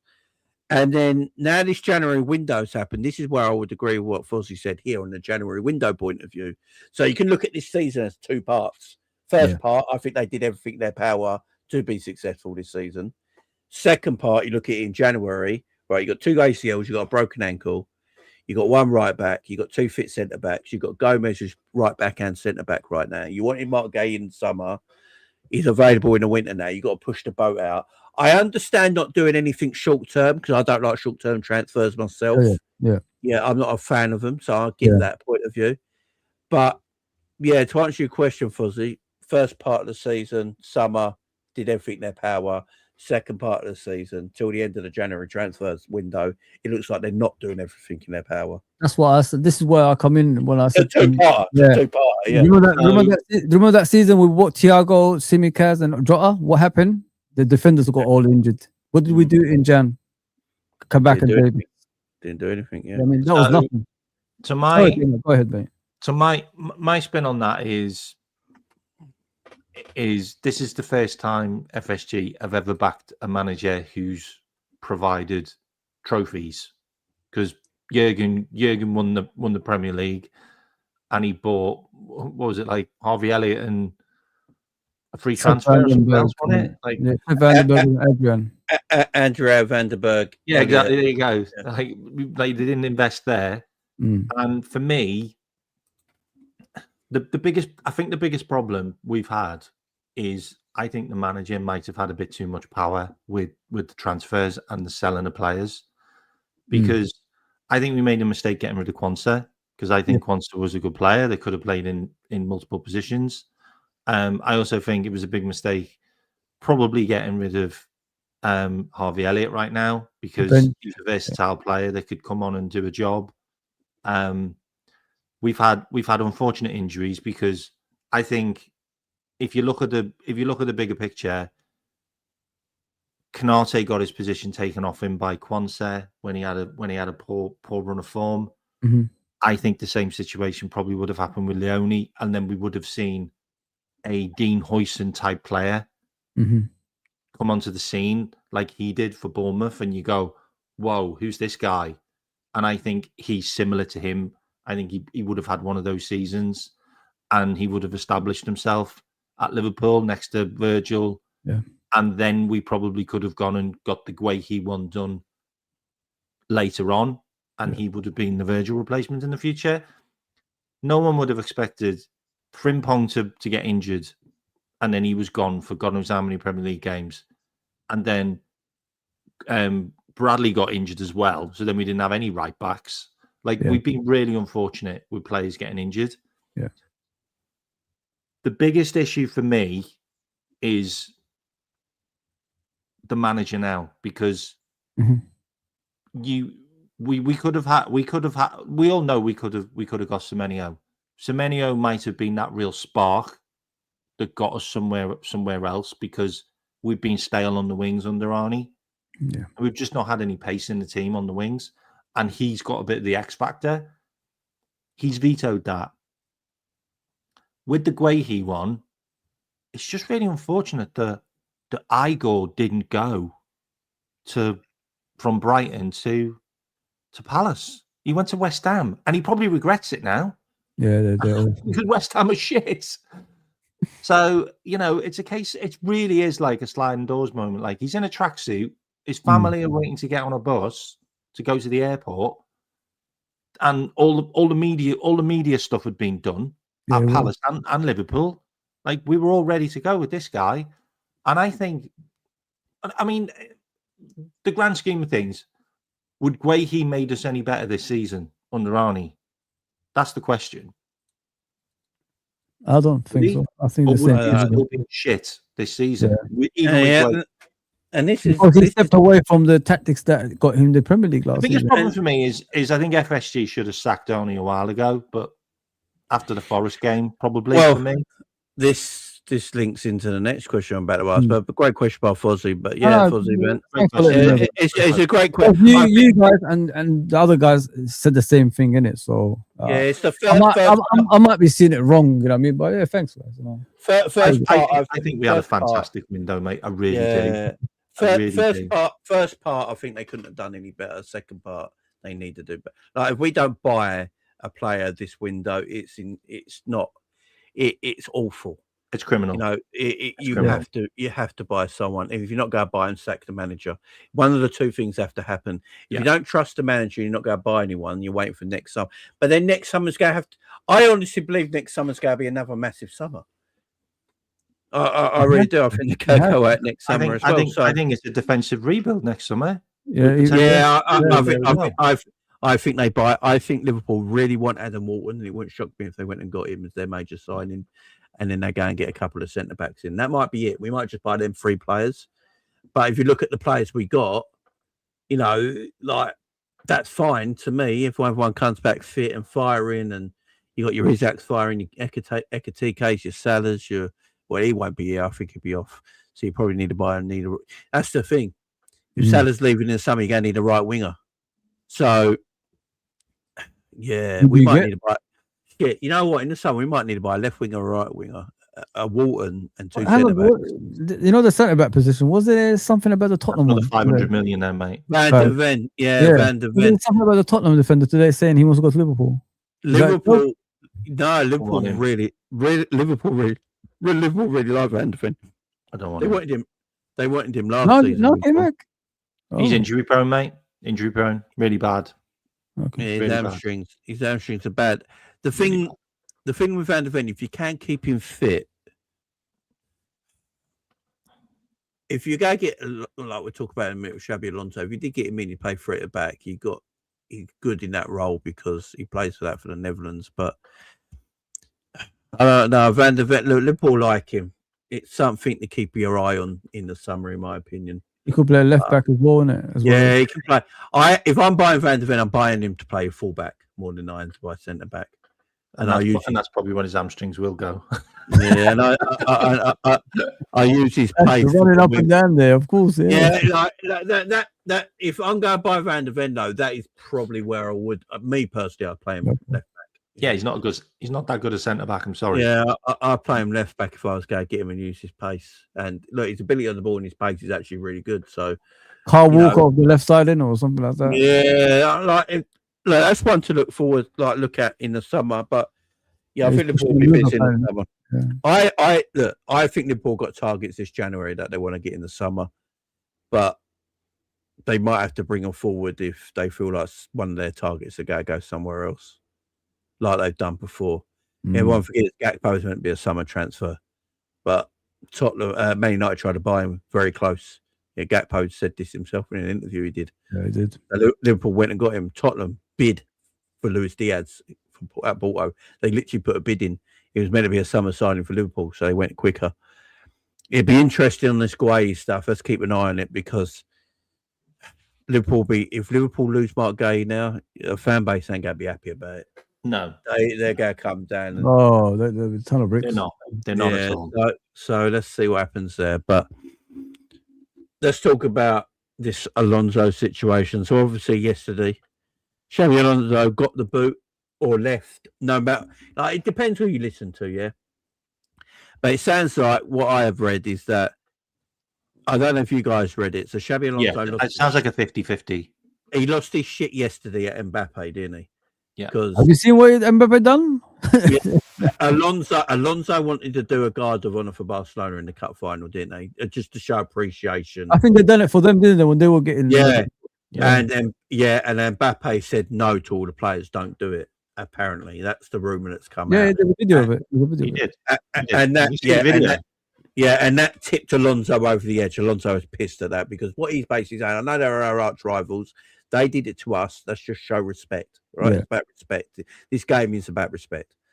And Alonso feels like he's been doing this all season with these players. Now, Madrid, it is the biggest club in the world, but my God, the player power at Madrid is like nothing ever. You know what I mean? And Alonso couldn't hack it at the end of the day. And it's difficult. You have got to be extremely strong mentally to be Real Madrid manager. And that's why Carlo Ancelotti was so good because he played with that free. He let players be free and played like he didn't set things up. He just let them play, but they knew not to take the piss out of him because they were. He's a governor, ain't he? They ain't going to take the piss out of him. It was a sad side. Yeah, they ain't going to take the piss out of Ancelotti. They know that, so he had their respect and he let them play. Alonso ain't got that with him. But Alonso's on the market now. And, articles from Liverpool journalists, someone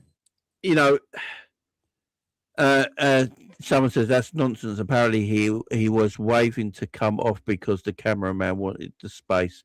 But I don't know, Madrid is a reality show. Exactly, JJ. This is the thing, man. This is the stories. I mean, I don't know. I'm just reading stories to everyone, like the rumours that are coming out. Have you heard the Jude Bellingham comment? Jude Bellingham's basically shut down rumours that him and Alonso didn't get on or something like that. Which makes you wonder that as well. It really does make you wonder. I think Alonso just didn't fit Real Madrid because none of the fucking players would work hard. He wants to be a manager. He wants to have full control. That's what he wants. That's not that club. Look at his teams. Look at the team that he had for Leverkusen. They would win most of their games in the final minutes because they would never give up. They worked their asses off all game long. Real Madrid, they all listen to him. Prima donnas all over the place. Yeah, man. Yeah, and that's the thing there. Alonso left. Not having your club. I think Alonso basically went to him. Look, I can't be doing this. They come to a mutual agreement. So Madrid are going to say a bad manager. Don't misunderstand. This is Real Madrid at the end of the day. I mean, sorry, Jay, to interrupt, but when people look at the manager, the way he managed that football club, it didn't look right and all that stuff. It's like K-Max said, it's a prima donna club. I mean, and all these players over there control things, as you can see. So it was always going to be difficult for him, especially a young manager like him. He shouldn't have won there. He should never go there in the first place. Anyway, he as a player, ex-player, should have known how that club, have been run down the years as well. But yeah, I just think under a different club that respects him and the way he is as a ex obviously player and what he done at Leverkusen, I think he'd be brilliant at Liverpool Football Club. I'm not going to judge him what he's done at Real Madrid. You should never judge a manager what they did at Real Madrid. Just judge them on other clubs that have more togetherness than Real Madrid, to be fair. And I think at Liverpool he'd be brilliant. I want him here, guys. Well, and that goes to what Edwards' guy has always been Xabi Alonso. Yeah. So that was the first choice. That was the first choice. Yeah, Michael Edwards has had this fascination with Xabi Alonso. He likes his tactical approach to football, right? And his first choice when he found out Klopp was leaving was to employ Xabi Alonso. But Xabi Alonso wanted to do the Real Madrid job. He thought it was the right time for him and wanted to do that job. So Liverpool moved on, and they moved on to Arne Slot, who was their second choice, and got him in, and the rest is history.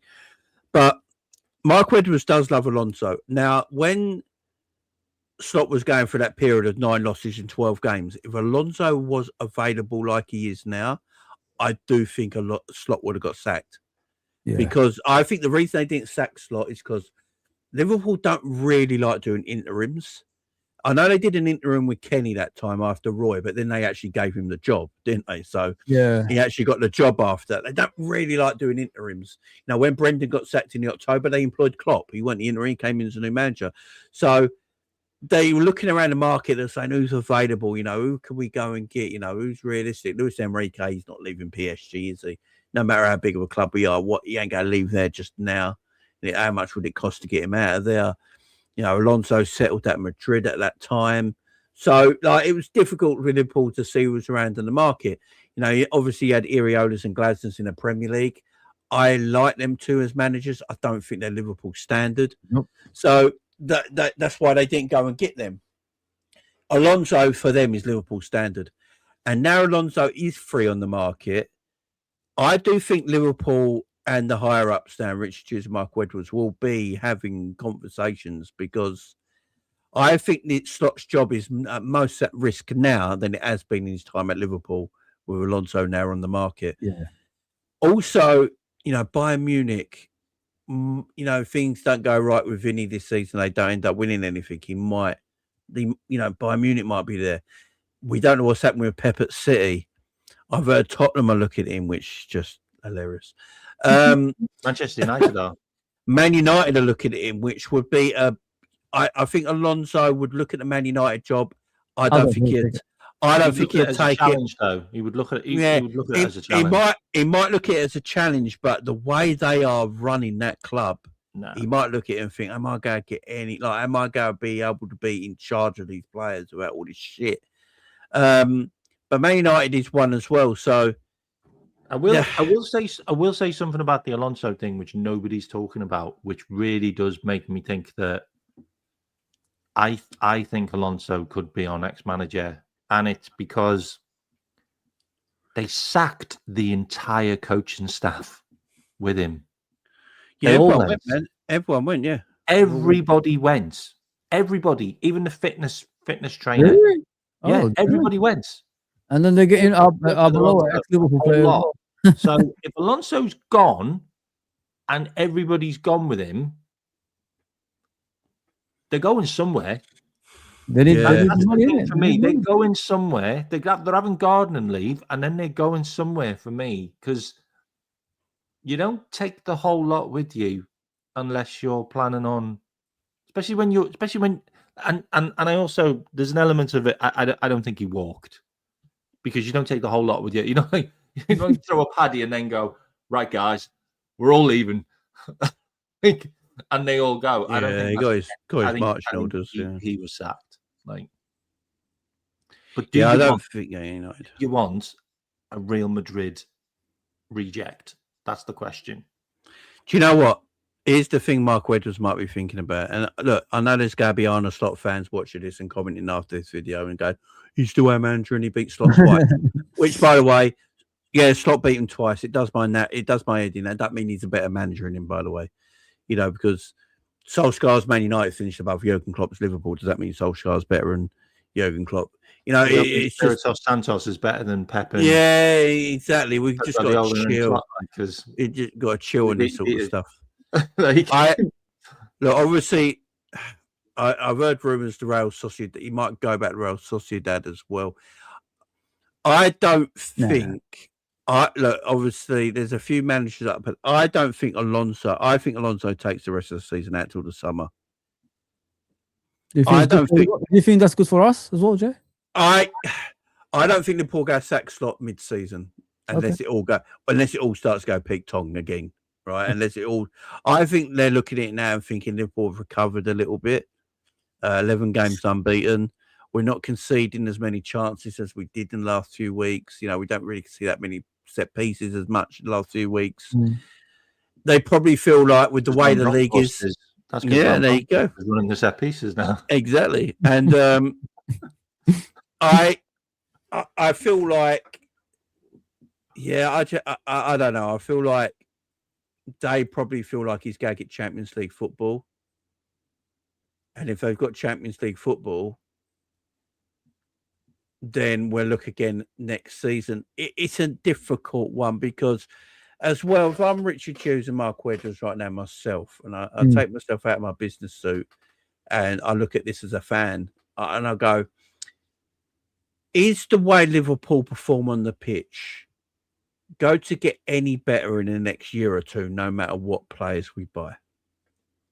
We can get results, and results are all good, and it is a results business, but Liverpool like metrics, don't they, of like most watched team in Europe, like biggest shirt sales and stuff like that. If you're not performing at a level that people are happy with, are people in Asia and North America getting up at 4 a.m. to watch a Liverpool game? You know, when you know the performances are this boring. Like, guys, we watch it. We're in the UK, obviously. We watch everything live at good times. But let's face it, if I lived in Asia and I had to get up at 4 o'clock in the morning for a football game and for a Liverpool game, are you getting up right now? Nope.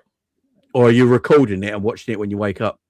Yeah. Nope. I am And doing then the result, you'll be like, I'm not even going to watch I that. didn't because the performances. Big up Mike in the chat, man. Yeah, no, we're also ending up at the bottom of match of the day now. Yeah, it's because Who wants to watch that game, Mac? Who wants to watch that shit, mate? Come on, man. And this is the thing. This is what I'm saying. Is like when, yes, results might be going Liverpool's way again, whatever it is, and we're picking up points and all that, and it is a results business. But they're going to be sitting there and going, in the next year or two, is this how Liverpool play now? Is this how we play? Oh, yeah, we're going to win. We could win 12 in a row, but is this how we play now? So that is something they got to think about. Also, after the end of this season, he's only got a year left on his contract. They have got to sit down and think. What's happened to that contract they were sitting down? This is the thing. This is why I'm asking. This is why I'm asking for people who come and hate on us, yeah, about talking about Arne Slot. Let's talk about it like this. If they are backing Slot as highly as you want them to back them, why haven't they given him a new deal yet? What are they waiting for? If he's their guy, what are they waiting for? Give him a new deal. He's 11 games unbeaten now. Surely it's time to give him a new deal now. And he's their project, as I said. Yeah. He's got a year left on his deal at the end of this season. Next season being his last year of his deal. Liverpool needs security. You know, you got to have another big transfer summer. You know, is he like? This is all the questions Richard Hughes. And I think one of the problems is as well is, I mean, surely Richard Hughes must listen to some of those press conferences and just go, "Oh my God, mate! Like really? Like you said that? 10-year-old, man. It's like a 10-year-old, man. Like you said that? Like you're going to get clipped, and there's going to be loads of YouTube channels that are going to talk about you now, not in a good way." And also managers are coming out and saying, "Oh, yeah, we know how you're going to play. Yeah, we knew we'd have space. Oh, yeah, we were really surprised that we..." Like, what? I'm sorry, but we're going to get a new manager in at the end of this. We have to. We are. And it's like I hope it's Xabi Alonso. I really do, because I'm sorry, but if you just look at the whole dynamics of how the whole Real Madrid thing happened, he got lobbed in the shit. Like, he genuinely got lobbed in the shit. I think he had like 2 preseason games. He was given loads of players that he didn't sign. like he wanted other players and never got them because it's Perez. And then had a huge amount of injuries, just decimated. Midfielders left. Midfielders walked out the door. You know, he lost a couple of big stars. So the voices in the dressing room disappeared. And for me, taking over from that guy, Ancelotti, is just probably one of the hardest things you're ever going to be able to do.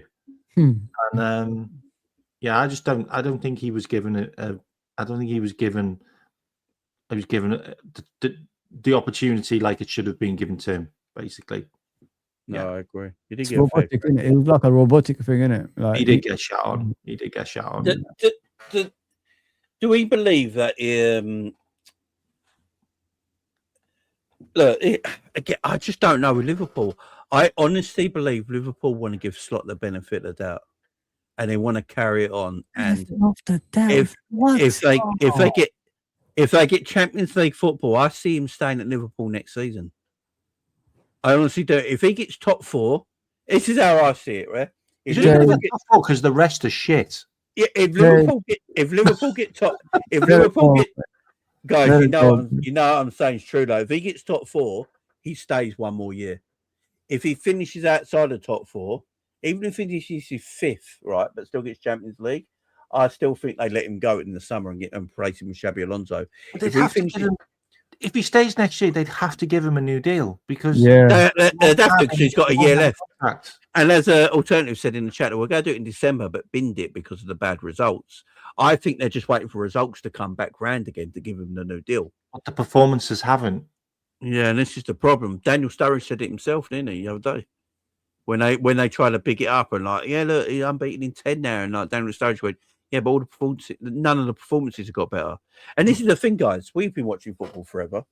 When you watch a team go for a bad period and then they start to get a bit of they go like 3 or 4 games and are unbeaten now, you sort of see a bit of confidence coming into the team again. They start to feel a bit more confident. We don't look confident. We're 11 unbeaten now. We play the same every week. You know what it is, Jay? If he did this when we was like conceding goals like left, right, and center, remember 2-0 up, 2-2, and then we win in last minutes. If he did that earlier, what he did now, like make us hard to beat, he had something to build up on it. Do you know what I mean? But when you're doing it like 15, 16 games into the season, it's too late, man. It's too late. I said this on the Football Terrace. Like the only reason why we've been good in the last 11 games is because of Richard Hughes' signings. It's very true. It is. You know what? They've all been bangers. Like Verts has now got form. Ekitike's got form. They're all his coming form. That is very true. Our most informed players, apart from Szoboszlai, our most informed players are all the Richard Hughes signings this season. And it's all individual quality. Like all doing stuff. That's a great shout, actually. That is a great shout. That is a great shout. Obviously, Isaac's not being obviously Isaac being injured is going to be a bit. Yeah, but if you look at Verts, Ekitike, Kirkez has come through now. Frimpong, they're along with Curtis Jones and Szoboszlai, I would say there what is that 6 players? There are 6 or 7 standout players in the last. And people were questioning them not so long ago. People were asking questions. Now look. All they needed was time. We all know that the only reason Curtis Jones got played is because he didn't have a choice. Yeah, he didn't have a choice. He had to rotate and he had to play him. And you can't take him out of the team because he's the guy that just the metronome in the midfield right now. Are you believers of that kind of thing? What I always say, like, when you buy a lot of new players, it's better, slowly integrating them into the team rather than just pushing them all at once. I agree. I don't think you look across what is it? Sorry, K-Mac. Sometimes like when I argue with people about that, they talk about the amount of money you spend on the players. Like, he's cost you 125 million. Verts cost you 160 million. You got to play them every single time, no matter the situation. I said no. I'm interested in player development as well as the team getting better. So if it means taking out players and slowly integrating into the team to get better, and then so be it. So if we give these players, because now it shows there's rewards when the players are playing better now. If we did it like as I said, maybe we'll be in a better position. Sorry, K-Max. Right? Sorry about that. Go on. No, I agree with you. Like, I mean, with Kirkez, I think Kirkez should have been slowly integrated in. Like, he should have slowly been integrated in. But unfortunately, the manager just wanted to play an ass tactic, and it just hasn't suited Liverpool. Like, the only reason why we're better now is because he's had to go back to just being more defensive and packing the midfield. If he wasn't playing six midfielders every single game, do you think these results would be better? Do you think? Oh no, hell no. I'd be what they are. What do you think? I think the one thing I will give him not credit for because it's taken so long, but the one thing I'll give him a bit of hindsight for is I think he's finally realised where you have to play Verts in this team, like how to use him in this team, and that is give him freedom.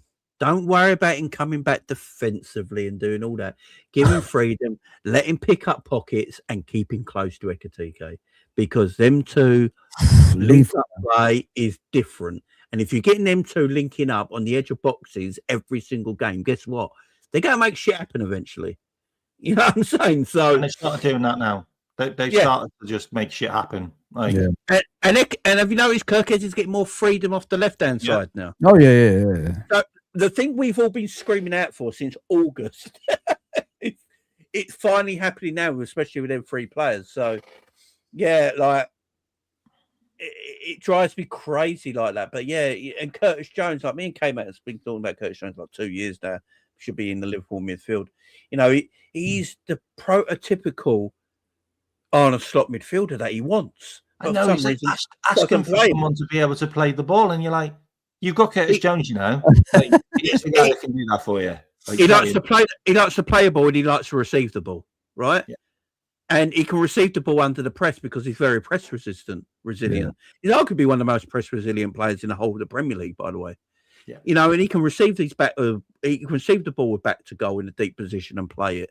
You But know, why, it's just the thing is, why is he getting better? Because he's getting run of games now. You know what I mean? exactly. That's what he didn't have before.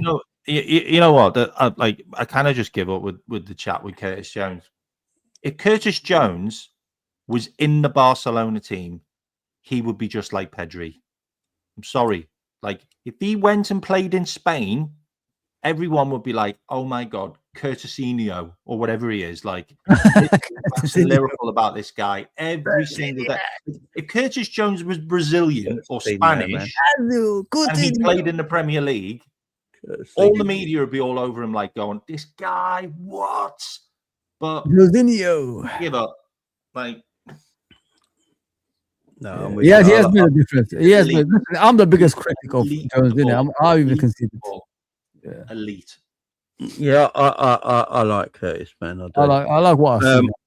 He is on an academy contract. You are right. Yeah, I like Sabozlai. I look at it as well. I think Sabozlai, like a lot of people talk about Sabozlai slows down the game too much, and he does at times, yeah.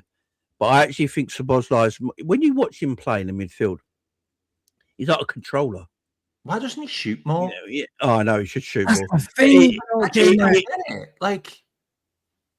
Like he's got 30 yarders in his locker every game. Like every game.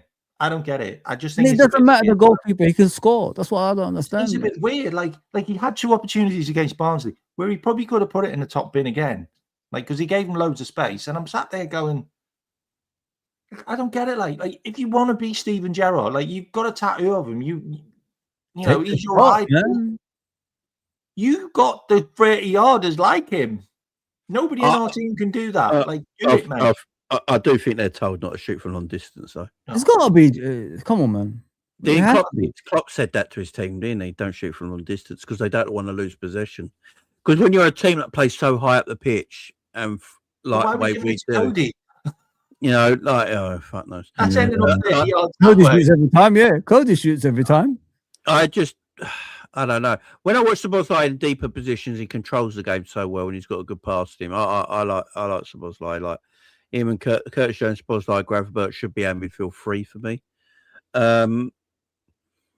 Yeah, he's got the best out of Wirtz in the last few weeks by playing him correctly now and just letting him play with freedom, getting him close to Ekitike. That's what I want for the rest of the season. Just get Wirtz and Ekitike close together. Let them be. Just let them play. Don't give them too many constraints. Don't tell them they got to run back. You wouldn't play him off the left, Jay, would you? You play him on the number 10, go back to number 10. Yeah, just give him freedom. I wouldn't give him a position, so to say. Like a Managerial, free roll, go wherever you want. Just go and play because no one else is going to create like him in our midfield, in our whole team, to be fair, apart from probably Mo. No one else is going to create like he can, and he opens teams up. Look at the passes he does sometimes. He's not always the assist, but he's the pass before it. Before the pass. That's opened everything up. Just let him have freedom. Don't give him a position. Let him drift. He wants to drift off the left into the middle or to the right. Let him do it. Let him pick up pockets. Let him pick up space. Just let him do it. Don't put constraints on him. Don't tell him he has to jog, run back and get involved and tackle him. Just let him play his natural game. Same with Ekitike. And keep them close together. And them two will link up so much on the edge of the box. Eventually, them two together will break teams down and score goals. Especially deep line defending teams, isn't it? Yeah. Exactly, and that's what they were bought for, and that's how we should play him. In the last few weeks, that is how he's been playing them. So I think we missed Ekitike massively against Arsenal. I think we beat Arsenal with Ekitike's playing.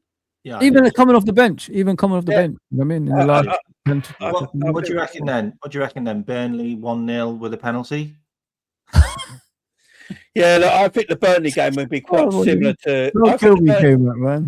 I think the Burnley game will be quite similar to the game we just had in the FA Cup. They're going to deep line defend that. They're going to sit back, and then they go counter and play counter attack. It can be frustrating, but I think Liverpool win it comfortably in the end. But I want to see Ekitike start that game, see Frimpong start that game, I want to see Vert start that game. And I want to see Kirkes start that game and just be threatening. Let them play. Just don't worry. It's Burnley. Don't give them too many constraints. Use the fullbacks. Freedom. Use the fullbacks. Yeah. Yeah, let them play with freedom, man. We've got too many ballers there. So we have Frimpong and Kirkes in the wings. Just put some crosses in the box like they've been doing. Yeah, your Ekitike is there. In the box because there's no one there. Just do drag backs. Drag back. That's what we should do. We should get to the byline and do drag backs because Verts and Ekitike will be there for drag backs. No crosses. There's no people in there waiting, mate. Whatever. Listen, Frimpong's been creating goals, right, for crosses. So Ekitike will be in midfield. This is the thing that irritates me. We have got so many talented. Call from Jamie Rushbrook. What the hell? That is loud. Did one in my Alexa go off? Yeah. We have. Yeah, like just use the pace we got. Let these players play with we have got so much quality. We have. Let them play with freedom, man. Don't let them be scared of losing games. Go out there and just let them play. Because if Slot does that, he will see the results turn around, and our performances will go up a gear. Yeah. And people actually have fun with it. I have fun when I watch Ekitike and Verts linking up. I have fun with that. I don't have fun with watching Gakpo get the ball off the left wing, cut in and shoot at a person. I don't have fun with that. Also, when Gakpo plays centre forward, why? Right, this winds me up St. Chronic. When he's playing actual centre forward, is in the middle of the goal. Why does he go out wide to come back inside again? I don't get that at all. So he's starting in the middle of the pitch. He gets the ball. He goes outside to come back in again to shoot. It's like just turn. Just turn. I don't know what happened to that guy, man. What a shame. It's crazy. And then you got to get Salah back into the team, obviously. And I know, I know because I get it all the time on Twitter because I'm a big Salah fan. But everyone's like, see, 10 games unbeaten, 11 games unbeaten without Mo Salah in the team now. And it's like, yeah, it's great, man. You do know our best run this season was 7 games and 1 in a row, and Mo was part of that team. Yeah, so that was our best run this season for winning games in a row. It was 7 in all comps, and Mo played in that team. Just play Ekitike to play Mo, Ekitike, and Cody because we ain't got no other left winger. We ain't going to play Rio. Oh my God! Play that as the 6 wins, 5 draws. Yeah, that's not too bad. You make that 8 wins and 3 draws. That looks good, to be fair. Oof. If you make that 8 wins and 3 draws, who are those draws with? Won it 2 with Leeds. Yeah, one with Sunderland. 1 with Sunderland. No, the 2 with Leeds is disgraceful. The Arsenal, look, the Arsenal draw at Fulham. One with Fulham. Yeah, and the Arsenal draw. Look, the Arsenal draw out of all them is actually a good result. Yeah, take that all day. If we had a striker, maybe would have won it. Drawing at the Emirates at any time of the year with a good team or a bad team is a good result. Yeah, I'm taking a draw at the Emirates. That's what I said on my channel. I'm like, hang on a minute. So if we drew that game 2-2, everyone would have been made up. Well, we drew that game 0-0, so everyone should be made up. Still the same point. Still a point. This would be exactly. This would be the 3 I'd play. Mo Ekitike and Verts. Verts don't have to stay at left wing low. He can drift about, which allows Kirkes to have the space on the left hand side. 3 in midfield. And then you just play the 3 holders in midfield. Jones, and Gravenberch. Yeah, so you let them 3 ballers play. But you have to play Frimpong with Mo. Yeah, and you play behind Frimpong at right back. It's and perfect. Kirkhead's behind Verts. That wins games of football. But do you know what? We might concede goals because it's Yeah, going we to be are, very man. attack minded. Yeah, give me 3-2s every day of the week till the end of the season. Wouldn't you Yeah, guys half rather? packed in the game, eh? Yeah, but wouldn't you guys rather that? Because I don't know about you. Watching Liverpool, my heart don't beat because it's so boring. I can't. Watching give me Liverpool something. is watching a manager playing for his job every single game. Yeah, I want to play handbrake. Do you know? Just get rid of I'll them, go to slot back. Do you remember slot back in August? Right, in August, we beat Bournemouth 4-2. Yeah, it was a crazy game of football. Our first game of the season. Yeah, absolutely crazy. We ended up beating Bournemouth 4-2. Who, by the way, after that, Bournemouth went on a run of 6 wins in a row. Right, Yeah, so it was actually a really good result. It was. Jamie Carragher had an argument with Slot live on air, right? And Slot's words were, "I want to play exciting, entertaining football." Do you remember this? Yep. That was his words because, and Carragher's like, "You can't defend like this all season." I'm telling you right now, give me that Arne Slot from August right now. That's a confident guy. That was a different guy in the press conference. Give me, score the goals now. Yeah, give me that football we played them right now. Yeah, I'll take beating people 4-2, but having heart attacks for 90 minutes. I don't think that would happen as much though, because our players have gelled a bit now. Like those new players have settled in more now. Yeah. So Yeah. I think that would be different now because of that situation. Yeah, but it is what it is. It's nuts if we think Slot's. I think one thing I'll give Arne Slot credit for, I think he has found a way now of stop losing matches, and I'll give him credit for that. Right, just play all your midfielders. But what he's got to do though at the same time is now find ways of making them draws into wins. That's what he needs to do. No, it's fine. He stopped the bleeding, and we're not losing games of football anymore. But he's got to find a way of getting them draws into 3 points. Yeah. If he can do that, then he's fully turned it around, and I give credit to him. That's what he's got to do.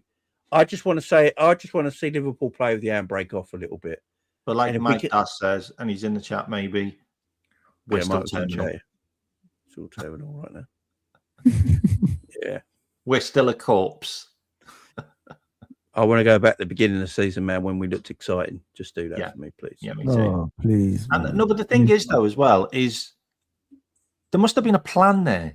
Like he was going somewhere with that. Whether it was like 5-4 every game is irrelevant. But I think that Crystal Palace game damaged him. That was your plan. You wanted to play football like that. Now you don't. And there's no plan. It's Ever since that Crystal Palace game came out, it wasn't the same, man. That was his system at the beginning of the season. Yeah.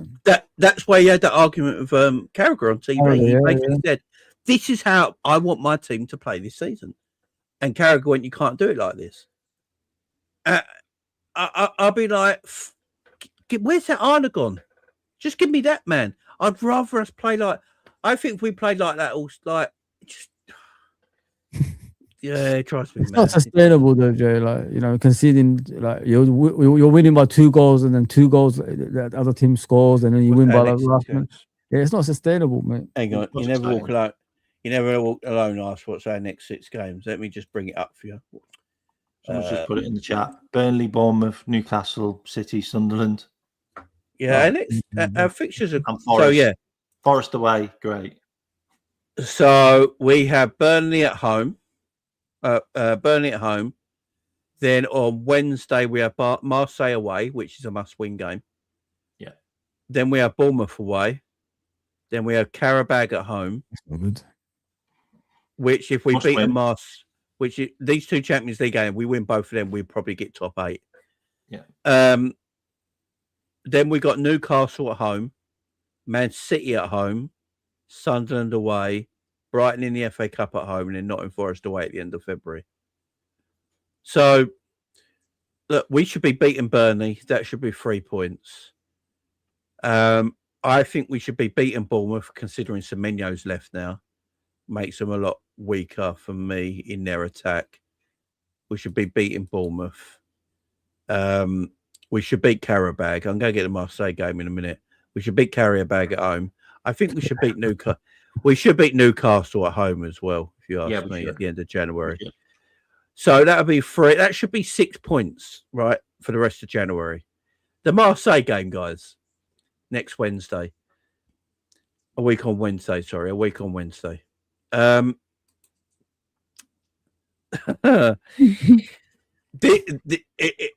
Because obviously we're going to play. We need to win both our games, not to have a playoff game and have some time off and then go to the knockout stages. Marseille, obviously, are, I believe, very informed in France as well, ain't they? Yeah. Who were we playing before Marseille? Is it? It's the Burnley game. Oh God. It's the game before. Yeah. It's a week Well, Wednesday, isn't it? Champions League. Away again. Oh, Need to win that game, by the way, against Marseille because we dropped points against Galatasaray and PSV. PSV. No. We need to win that game. That is a must-win. Let me have a look at the Champions League table. It is a must-win game. There's top 8 I don't goes. even think we can take a point from that game. No, we have to win both games to get. We have to, mate. We can't. So can't at this moment in time, we're 9th in the table in the Champions League on 12 points. oh, it's 8th. Real Madrid, Atletico Madrid on 12 points in 8th. Real Madrid are 7th on 12 points. Inter Milan are 6th on 12 points. Atlanta are 5th on 13. All the way up PSG in 2nd on 13. So Liverpool are 1 point behind 3rd place, right? And actually only 2 points behind Bayern Munich in 2nd place. Liverpool have to You win know what? both games. I'll be honest, Jay. Aren't we good in Europe though? Like when we want to be. Like if you look at the Inter Milan game, if you look at that game, we was brilliant. Do you know what's mad? I actually think we beat Marseille away, but struggle with Carabao home. Wow. I think Marseille are really dangerous. They are. De Zerbi's got them playing well. Yeah. I think They've also got a Manchester United player. Oh yeah. who's That kid, on fire. Greenwood. Absolute fire for them. Greenwood, yeah. Who are the teams below us? Because I think there's some really good teams below us in the Champions League as well. Tottenham, Newcastle. Depends what you mean by good. It's Borussia Dortmund, Tottenham, and Newcastle. Barcelona Got to the final, didn't they? And Barcelona, yeah. Juve 17. Oh, say that, guys. Marseille are 16th on 9 points. Guys, we got battered by they drew a lot of PSG. games. Have you seen the run they got, though? Have you seen the teams they played? Yeah, so Marseille are 16th and Carabao are 22nd. To be fair, Napoli's there, 23rd as well at the bottom. Yeah, Napoli are fucked. They've had a shit run. Marseille won 5-0 tonight, by the way. Someone just wrote in the chat. I think we beat any better, does it? I think we beat Marseille comfortably. Away. I don't think they're gonna play like deep line defending out there at home, Jay. They got to play the way Slot wants them to play, ain't it? Because that's how Deserbi plays football. That's how Deserbi plays football. So I think we'll win that game. Then I think the Inter Milan win away from home was a big statement win for Liverpool as well, because Inter Milan are doing well in Inter Milan are 6th in the league table right now, so we're going downhill, right? So we win, that puts us on 15. If we win our next game, it puts us on 18. 18 points qualified you for top 8. So yeah, 18 points qualifies you for top 8. So we have to win both games if we don't want to do a playoff. We're going to do a playoff no matter what. We ain't got to worry about that. We're not going to be knocked out, but we'll have a playoff game. Question: do you think we've got a chance of winning it? Well, that's what we don't. We don't want the playoff game. We don't want that.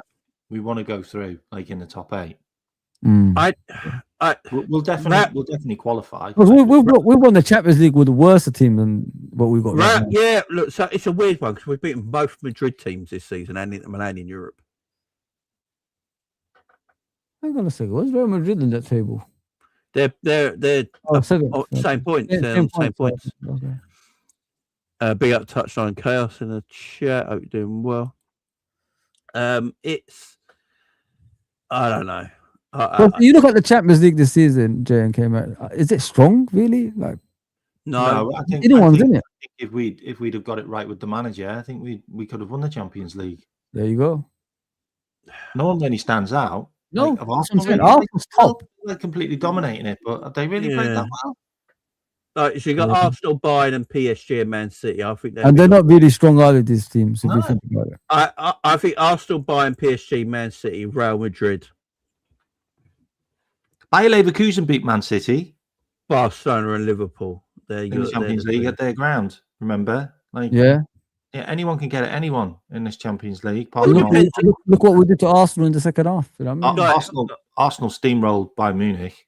It Yeah. all depends on the draw. Remember, we finished. Did we finish top? We finished top of the group last year, Yep. Yeah. Only one loss. Yeah. and we got PSG. It was pointless. and now we can't stop talking about PSG. So we could finish 8th in the group, guys. Yeah, qualify, and Yeah. then in the next round we could get. I don't know. We could actually get PSV or a Karabag or a Monaco or a Galatasaray or a Sporting Lisbon, That's true. something like that. So it all depends on the draw, Or don't Tottenham. it? Or a Tottenham, because it don't matter if you can have same countries from the last 16. So Let's hope so. it's Imagine it's we got PSG again. well, I expect Slot to destroy him because that's all he keeps talking about. He So- loves that team. He loves that team, man. But yeah, it's gonna be interesting, man. It's gonna be interesting. But look, guys, we gotta leave it there. We're gonna over 2 hours of great football content. Thank you very much, you two, for joining me today. Been great stuff as always. I'm going to put my link in the chat. I think I'm like 10 people away from Got smashed. 2,000. Like, What? You haven't got there? Come on, man. no, I'm still stuck, mate. I'm still stuck. Get the guy to 2,000, guys, for fuck's sakes. I Sorry know, about mate, that. I'm still stuck.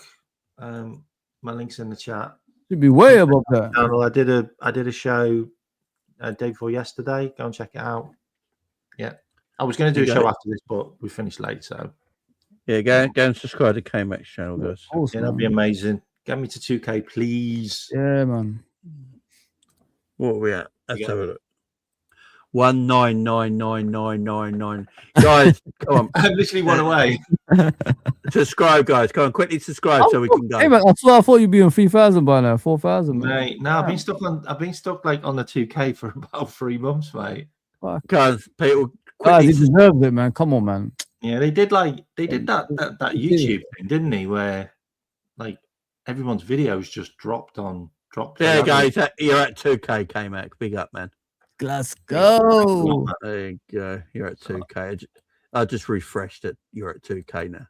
I'm not shaving my hair for 2K, mate. I'm sorry.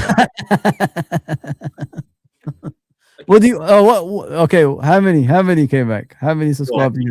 It'd have to be like this. Like this has been growing for a long time. I don't know, 100,000. Let's get Fozzie's channel in there as well. What are you doing on Fozzie's numbers? Fozzie, what are we doing on your numbers?